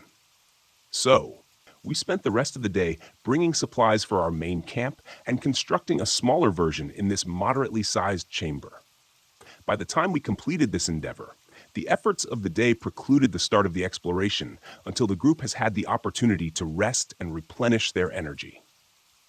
I feel I will sleep well tonight despite the anxious excitement buzzing around my mind. 26th July, 1891. Another shock. When we woke this morning, O'Connor is gone. The Irishman, who has ever been reliable and constant as the North Star, was assigned first watch last night. There is no trace of him, and no indication that he took any provisions or even his personal rucksack with him. I fear his natural inquisitiveness may have gotten the best of him and led him to explore the deeper caverns beyond our ad hoc base camp, for his lantern is the sole item that has gone missing with his person. The professor immediately rallied the rest of our small group, 7 in all now, and mounted a search for our lost companion. I tried to caution him against rushing into action, but he was not to be deterred. To my dismay, I was the sole man ordered to remain here at camp, whilst my companions took up their supplies and launched deeper into the cave system in the event young O'Connor returned in their absence. I was understandably disappointed, but grasped the logic of it well enough. I would loathe to think of O'Connor returning only to find us all gone, and then losing himself again, trying to find us. I shall endeavor to rest a bit. With luck, my companions will return before long with our lost compatriot. 27th July, 1891. I am at my wit's end, and I'm unsure how to proceed. It has been more than a day since the professor led the rest of the men in search of poor O'Connor, and I have felt their absence as keenly as I am aware of my own solitude in this cave. I've seen nothing of our missing companion or the party that delved deeper into the system yesterday morning, and I know their lanterns did not have sufficient fuel to carry them for this long without other means of illumination to guide their return. I fear they are hopelessly lost. I myself had to return to Leclerc for more lantern oil for my waning light. I must admit, with no little embarrassment and some reluctance, to my return to this dark place, which no longer carries any of its former adventurous excitement or fascination. It is now nothing more than a doorway into the deep places below the earth, where men were never intended to tread. But the growing apprehension is not the worst of it. The sounds, by heaven's grace, the sounds. I first became aware of them last night as I did my lantern and tried to set myself to sleep. At first, it was only an indistinct and muted echo, which may have been interpreted as nothing more than the distant whistle of wind or other natural sound distorted by the unique acoustics of this place. Then I heard the distinct tonal qualities that could only be a man's voice. I instantly rose and took my lantern, raising the flame and rushing to the entrance of the cave that swallowed my companions. There I stood, listening with such keen focus that I felt beads of sweat upon my brow. I would swear upon a holy book that it was the distant call of the professor himself, and I eagerly called back with as much fervor as I could summon, hoping desperately to guide them back to me. However, the instant I called out, the voices vanished, and I was met only with the suffocating silence of an open tomb. There I stood, straight as a sentinel, praying for a response from my friends. After several minutes of absolute silence, my thoughts began turning to dark things. I became painfully aware that anything beyond the weak cast of my lantern would be utterly invisible to me. But I, on the other hand, would be lighted as a beacon to it. I pushed these thoughts from my mind as forcefully as I could, inwardly chastising myself for seeing ghouls where none existed. I was about to call out again to my lost companions when I heard it. The voice came again, echoing from the claustrophobic abyss that lay before me, mired in the blackest darkness one could imagine. It was still some distance away, I estimated, but I was certain it seemed closer now. When the third time I heard it, I was just barely able to make out the words, but it was enough to be sure. My own words echoed back at me from the depths of that damned cave, and in my own voice, I staggered and nearly dropped the lantern. At that moment, could the legends be true? The professor always seemed to believe them, though I must admit I attributed his faith to the unwavering certainty he held in those things lost to antiquity. He'd always maintained that a legend, especially one whispered by so many indigenous people without mutual contact, must have some root in truth. But that line of reasoning is antithetical to modern civility, and I must reject it and focus on the more probable explanation that my already stressed nerves were turning my fears against me. The voices must be those of my companions, lost in the dark, but near enough to hear their calls. They must be. I'm not certain what lies next, but I know that I cannot abandon my companions, my friends, to wander the darkness until they fall from exhaustion or dehydration. Not while I might yet help them. I will leave this written account at the entrance to the cave. This lantern is nearly spent, but I have another with a full vessel that'll take its stead. If I do not return, at least someone may know of our passing here. May God be with us all. I closed the journal with a trembling hand, momentarily lost in what I just read. How is it possible? The journal was more than 130 years old. No animal alive then could be what pursued me now. What if it's not an animal? The sudden burst of static from Billy's call that simultaneously erupted from my radio base station and the portable handset clipped to my shoulder made me jump and drop the journal to the floor, heart pounding. I cursed under my breath and keyed the microphone. "Go for Tower 9, I answered, my voice tight as I spoke. My eyes drifted out across the sky to the east, where darkening thunderheads had been unknowingly gathering and marching slowly in my direction. I shook my head. Icing on the cake, I thought. "John, what's your position?" asked Billy, the self-assured authority that filled his tone now strangely absent, replaced with something else, fear. I frowned a moment at the question before answering. "What do you think, Billy? I'm in my tower, just like you told me." A strange pause before he spoke again. "John, this isn't some sort of joke, right? You're not outside my tower?" I was growing more agitated by the moment. What sort of question was that? I had no jeep. There was no way I could have made it to his tower in such a short amount of time, even if I'd wanted to. "No, Billy," I answered with more force than I intended. "I'm not outside your tower." I stopped mid-sentence, a horrified realization sweeping over me. In that moment, I tried to speak, but my mouth had gone dry. "Billy," it was all I could muster.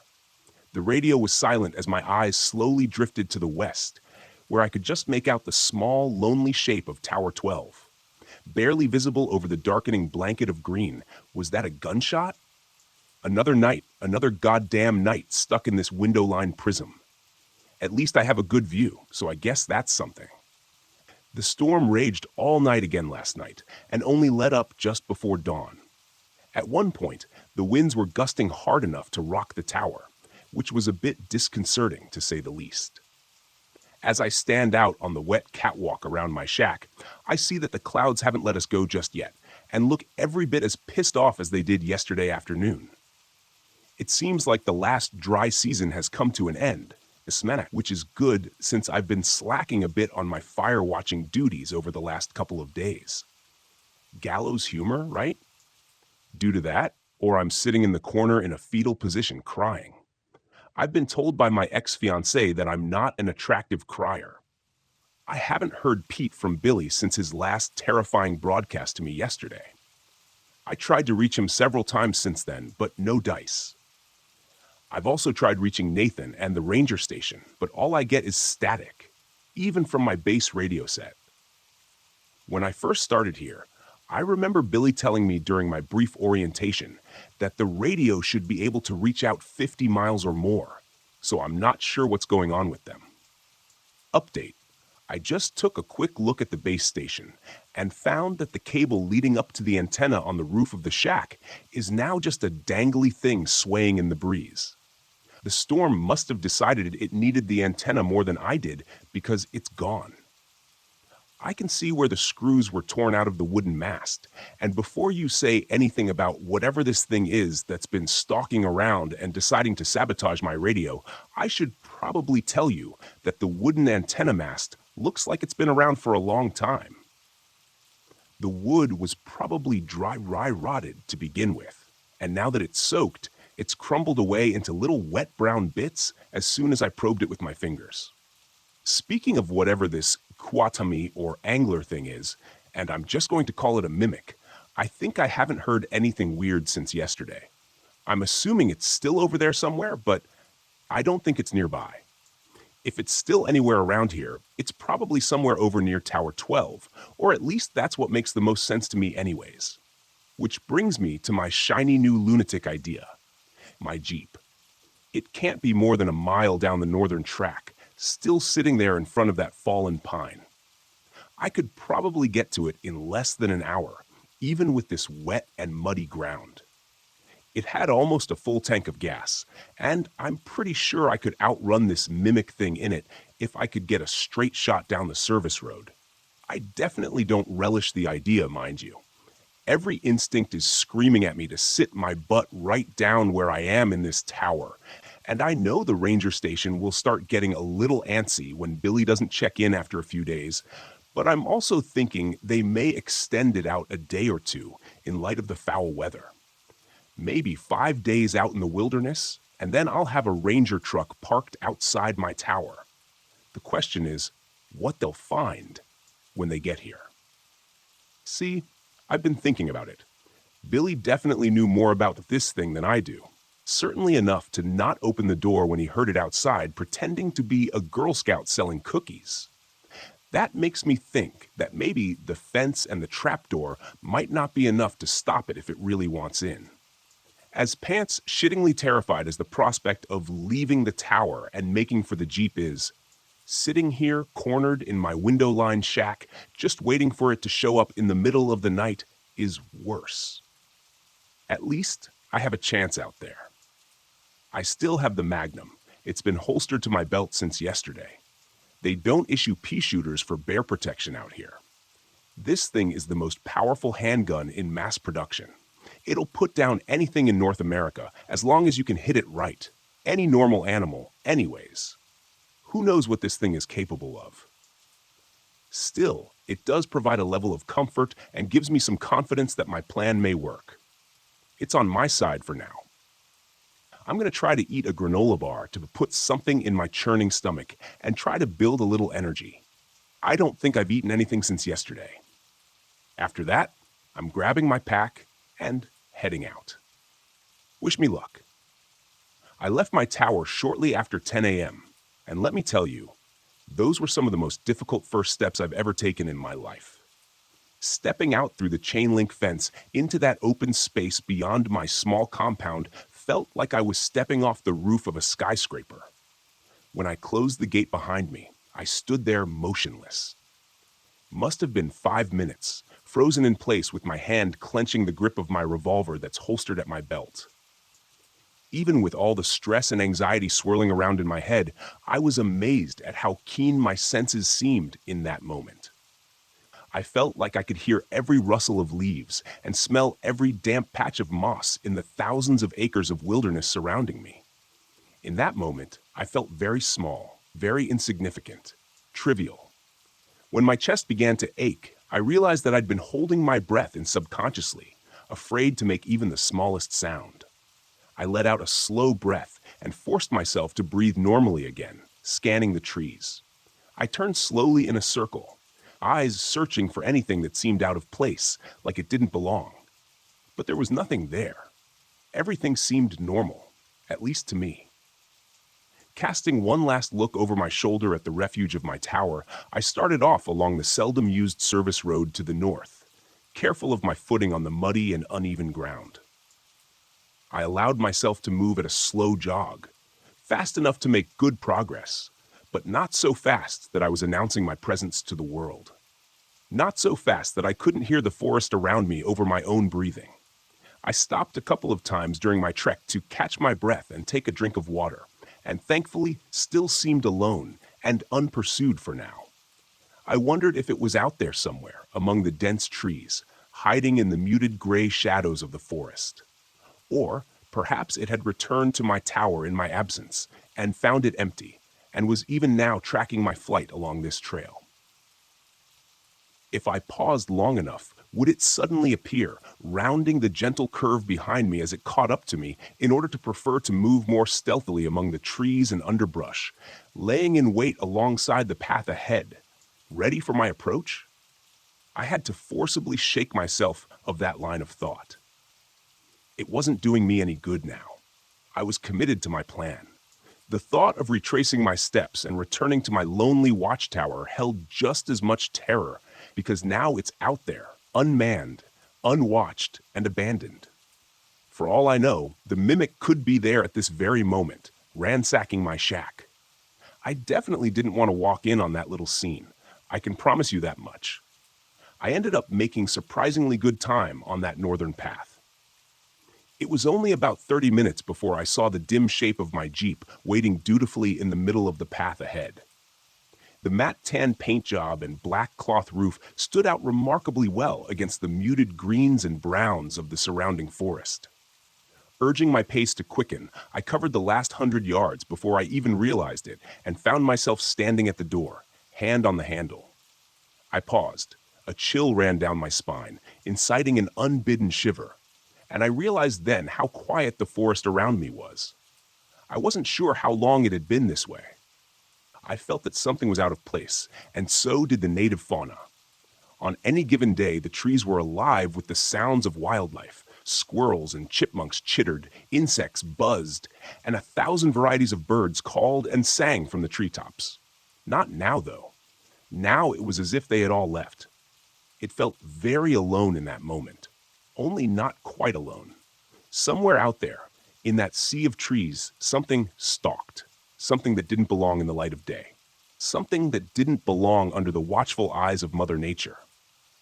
I was pretty sure she wouldn't have let something like the mimic evolve had it not been hidden in its underground realm. The door of the Jeep was thankfully quiet as I depressed the latch and swung it open. If this had been a horror movie, I'm sure an ear-splitting screech would have erupted from its hinges. But in real life, we tend to take care of these vehicles pretty well. In the best of times, they are the only convenient transportation for 20 miles or more. In times like this, though, it was likely the only thing that would save my sorry ass. I jumped in and pulled the door shut behind me with a dull thunk, subconsciously locking it. I almost laughed when I did that. The entire top of the Jeep was nothing more than canvas and plastic windows. A feisty hamster could probably have penetrated my little haven, and I doubt the mimic would even think twice about it. The Jeep fired up immediately when I turned the key in the ignition, and I threw it in reverse for the most ungraceful 14-point turn you've ever seen on the narrow and muddy service road. Once I got it turned around, I didn't waste any time directing it the way I'd come. The service road was really little more than an uneven and ill-maintained dirt trail, and was only ever used infrequently by the rangers and lookouts. As I'd previously mentioned, it was a rough ride, even for the heavy suspension of my trusty steed, so I had to keep it at a reasonable speed. The very last thing I needed was to snap an axle or bounce myself right off the road and into the trees. Considering the condition of the trail, with the fact that it constantly wound and curved as it progressed, it meant that even my best speed wasn't much faster than I could run on foot. That's okay.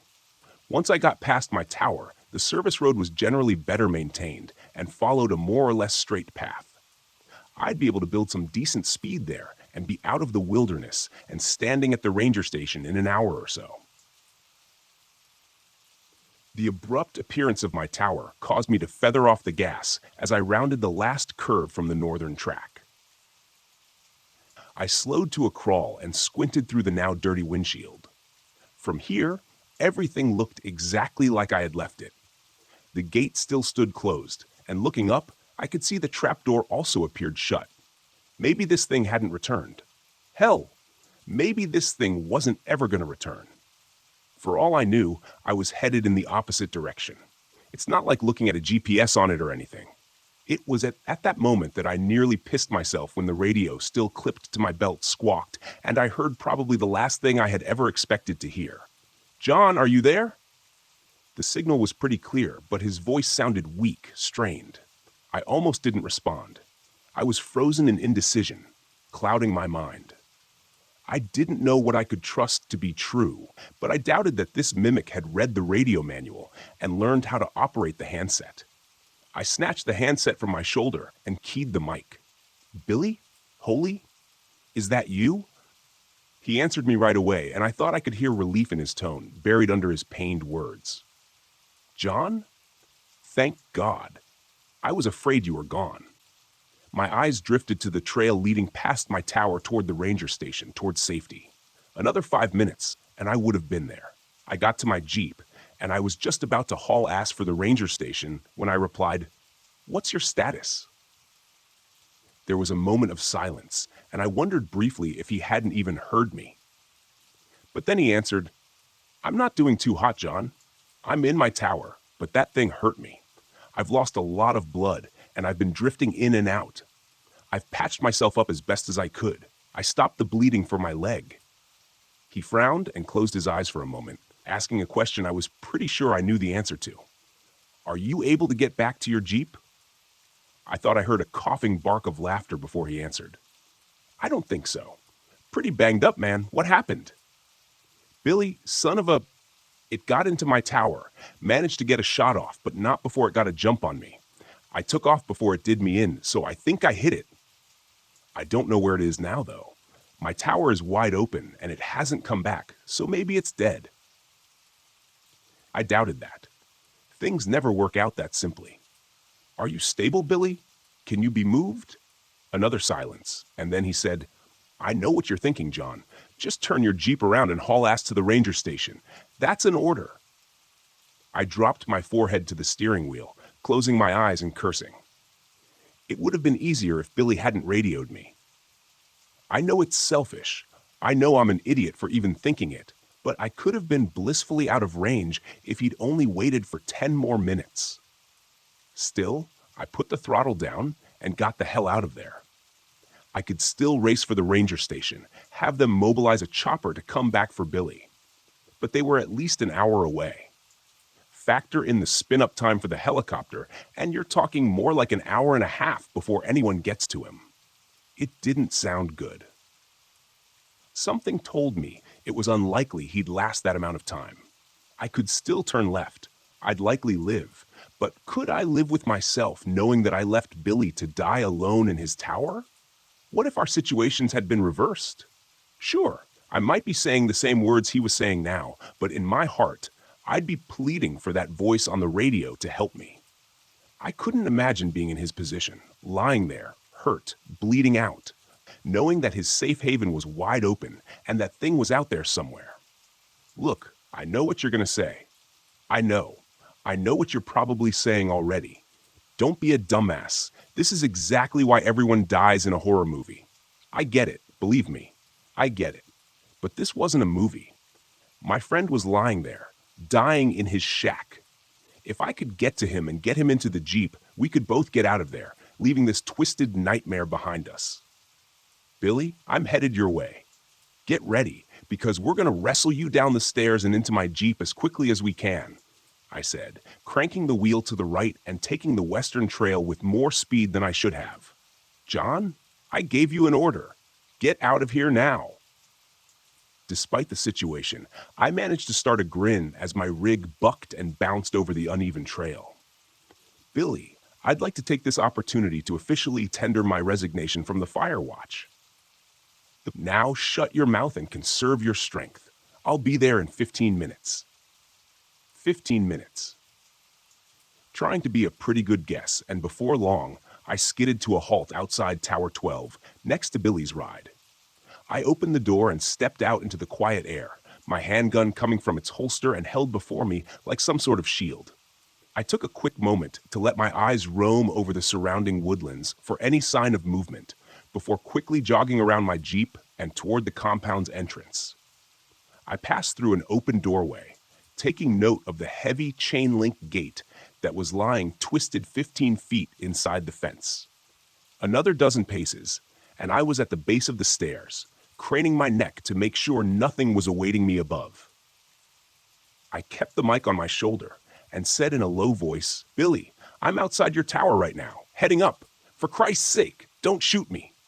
I turned the volume on the speaker down just in time for his response. Damn it, John.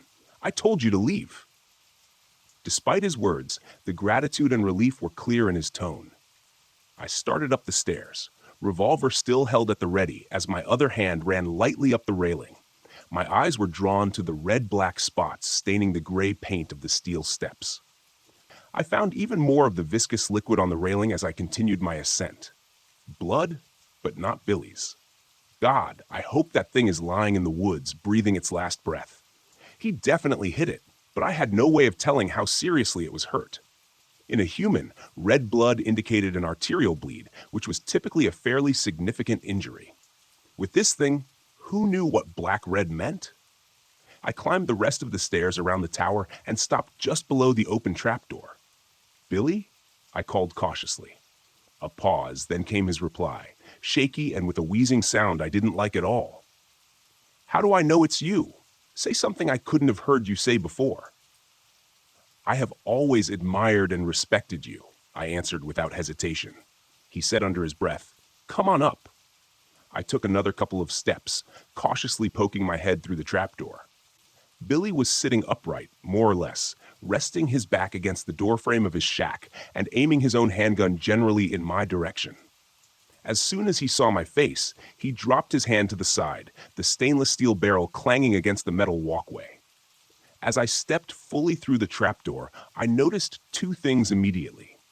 Firstly, there was a significant amount of that black-red goo splattered around.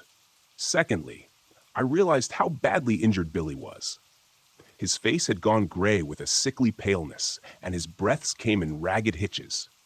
Blood-soaked bandages wrapped both forearms, and his face was covered in a crimson rag taped haphazardly down. His entire khaki park shirt was painted in a hellish tie-dye of shades of red, but it was his leg that worried me the most.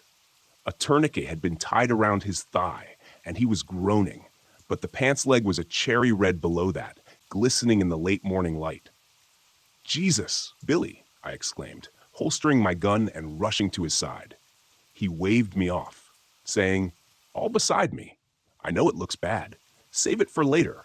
Let's get out of here before that thing decides to come back for another round.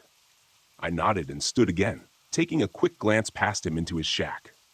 A twin of my own tower, normally Billy's looked like a war zone now. His table and desk had both been overturned and smashed, along with his base-set radio on the floor. On the floor nearby was a satellite phone, its antenna and display obviously smashed during the attack. Lifting his arm over my head, I helped him to his feet. He grimaced in pain, but threw his remaining strength in with mine, and we began the precarious descent through the trapdoor. Did you at least get to make your phone call? I asked him as we took the steps carefully and agonizingly slow. He shook his head. Got here just as I was getting ready to. Excusing your voice, telling me that you were from the Park Service and you were here to help. He looked at me with a shaking astonishment. Sounded just like you, John. I looked over the catwalk, railing down at it. He winced again as we stumbled on a step. Almost there, John, he continued. Well, yeah, I've never seen anything like it. I shook my head as we reached the bottom step and moved onto the rain-soaked ground. I grunted with exertion. Save it, Billy. We've got a long ride ahead of us. Plenty of time for that later. He just nodded as I maneuvered him and ran to the passenger side of the Jeep and helped him climb in.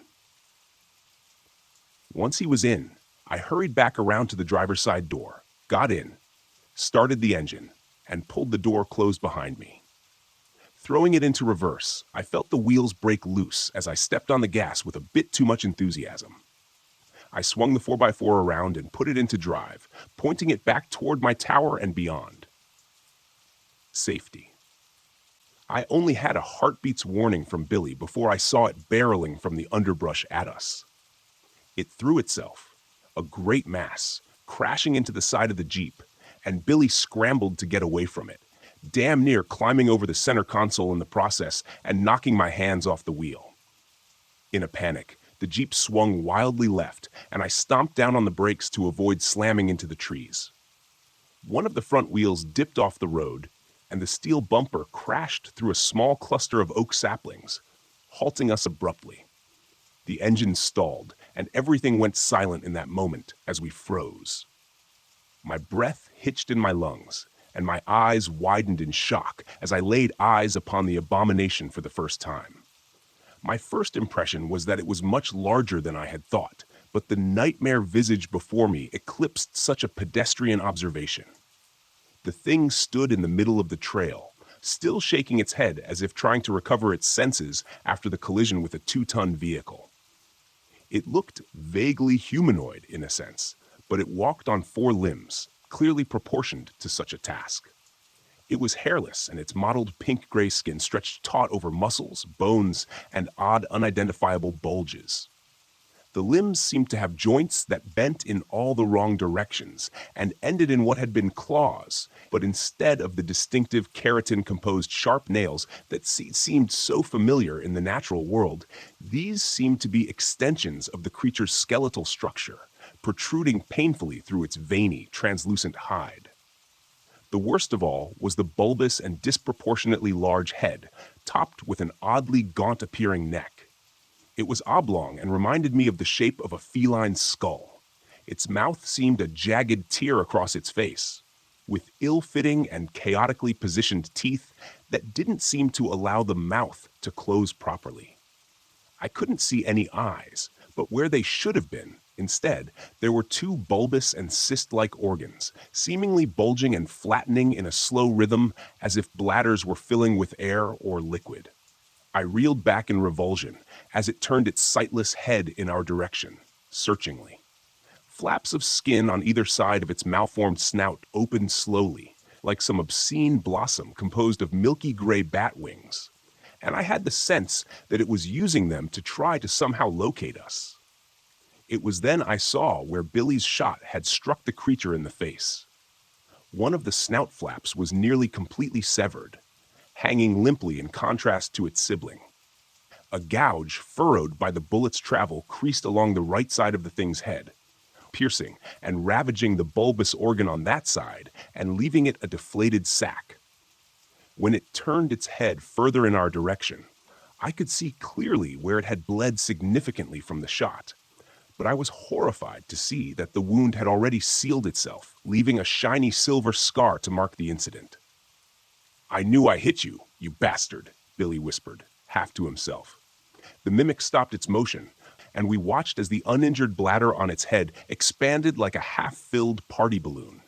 It dipped its head a bit, and we saw 2 membranous slits in the top of its skull dilate. A moment later, the twisted sound of a human voice assaulted our ears. "I know you're out there."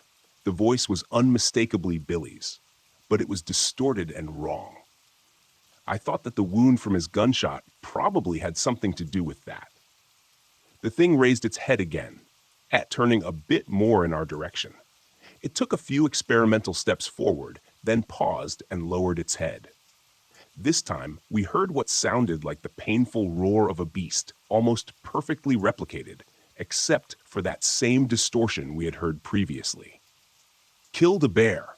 I held my breath as we watched it again raise its head and take a few more contemplative steps in our direction, slowly swinging its grotesque snout back and forth.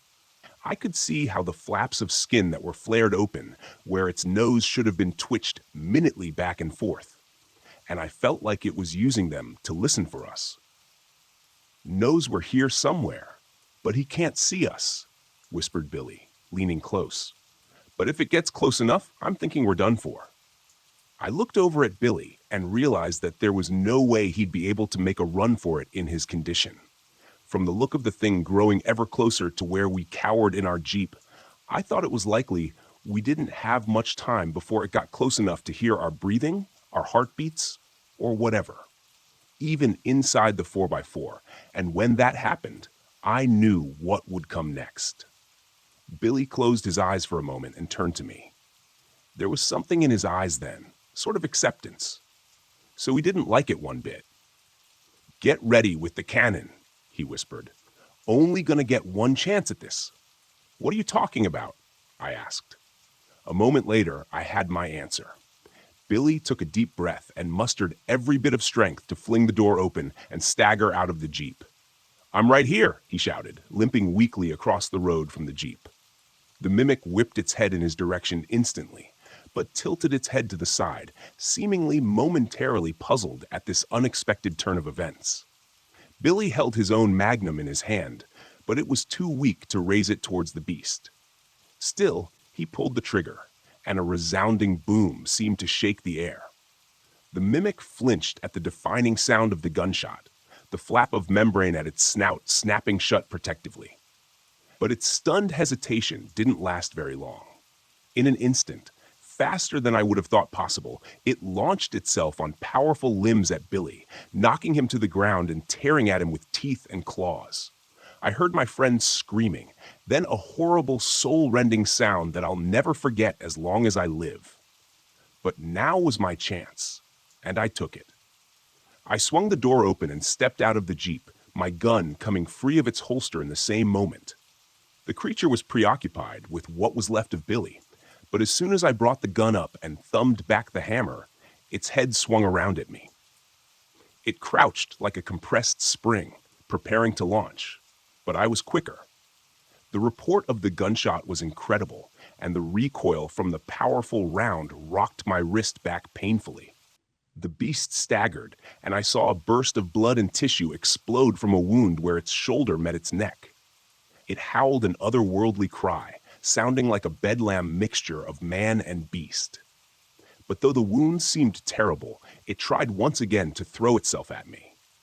I was set on my course, though, and took step after step toward the creature, pulling the trigger again and again until the gun ran dry. All I was left with was the clicking of the hammer and a high-pitched ringing in my ears.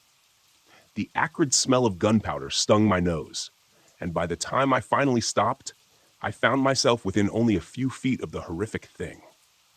6 blackened holes stippled the neck and torso of the creature where the bullets had entered, and I knew that the destruction of their exits on the opposite side would be far worse. The mimic lay sprawled across the ruined body of Billy Johnson, its weight crushing whatever had been left of my friend. Black-red blood spread out from beneath the thing's bulk like an oil spill across a smooth floor.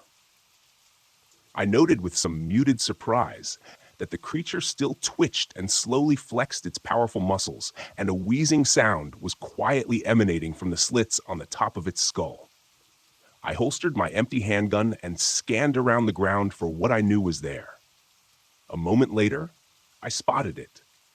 Billy's own magnum, lying half buried in the muck where it had been torn from its grip under the weight of the monster. I snatched it up and shook it clear of most of the mud and grass. Opening the cylinder, I saw that only one unfired round remained. That was enough, though. I approached the horror before me without apprehension or pause, my eyes focused on this thing that had caused so much pain and terror. I thumbed the hammer back and placed the muzzle against the mimic's head, which still convulsed with some small remaining life. I didn't know if it would be able to heal from the wounds I had already inflicted. Logic told me it was unlikely, but the silvery scar I'd seen from Billy's previous encounter caused me to question everything I thought was possible. I felt the tremors from the creature vibrate through the gun as the barrel rested against its skull, right between where its eyes should have been. I tensed my finger on the cold steel of the trigger, and the crack of the gunshot echoed throughout the forest. It was done. But even as I walked back numbly to the Jeep and restarted the engine, I wondered if that was true. I thought back to the journal I'd read, written more than 130 years before, and how it alluded to the tales of this creature going back long before then. As I drove the Jeep along the rough and winding service road, I wondered at the possibility that what we encountered was the only one of its kind. That the same beast had somehow terrorized cultures separated from each other by great time and distance, spawning the legends that the author of the journal and his companions pursued. It didn't seem likely. And now the door was open.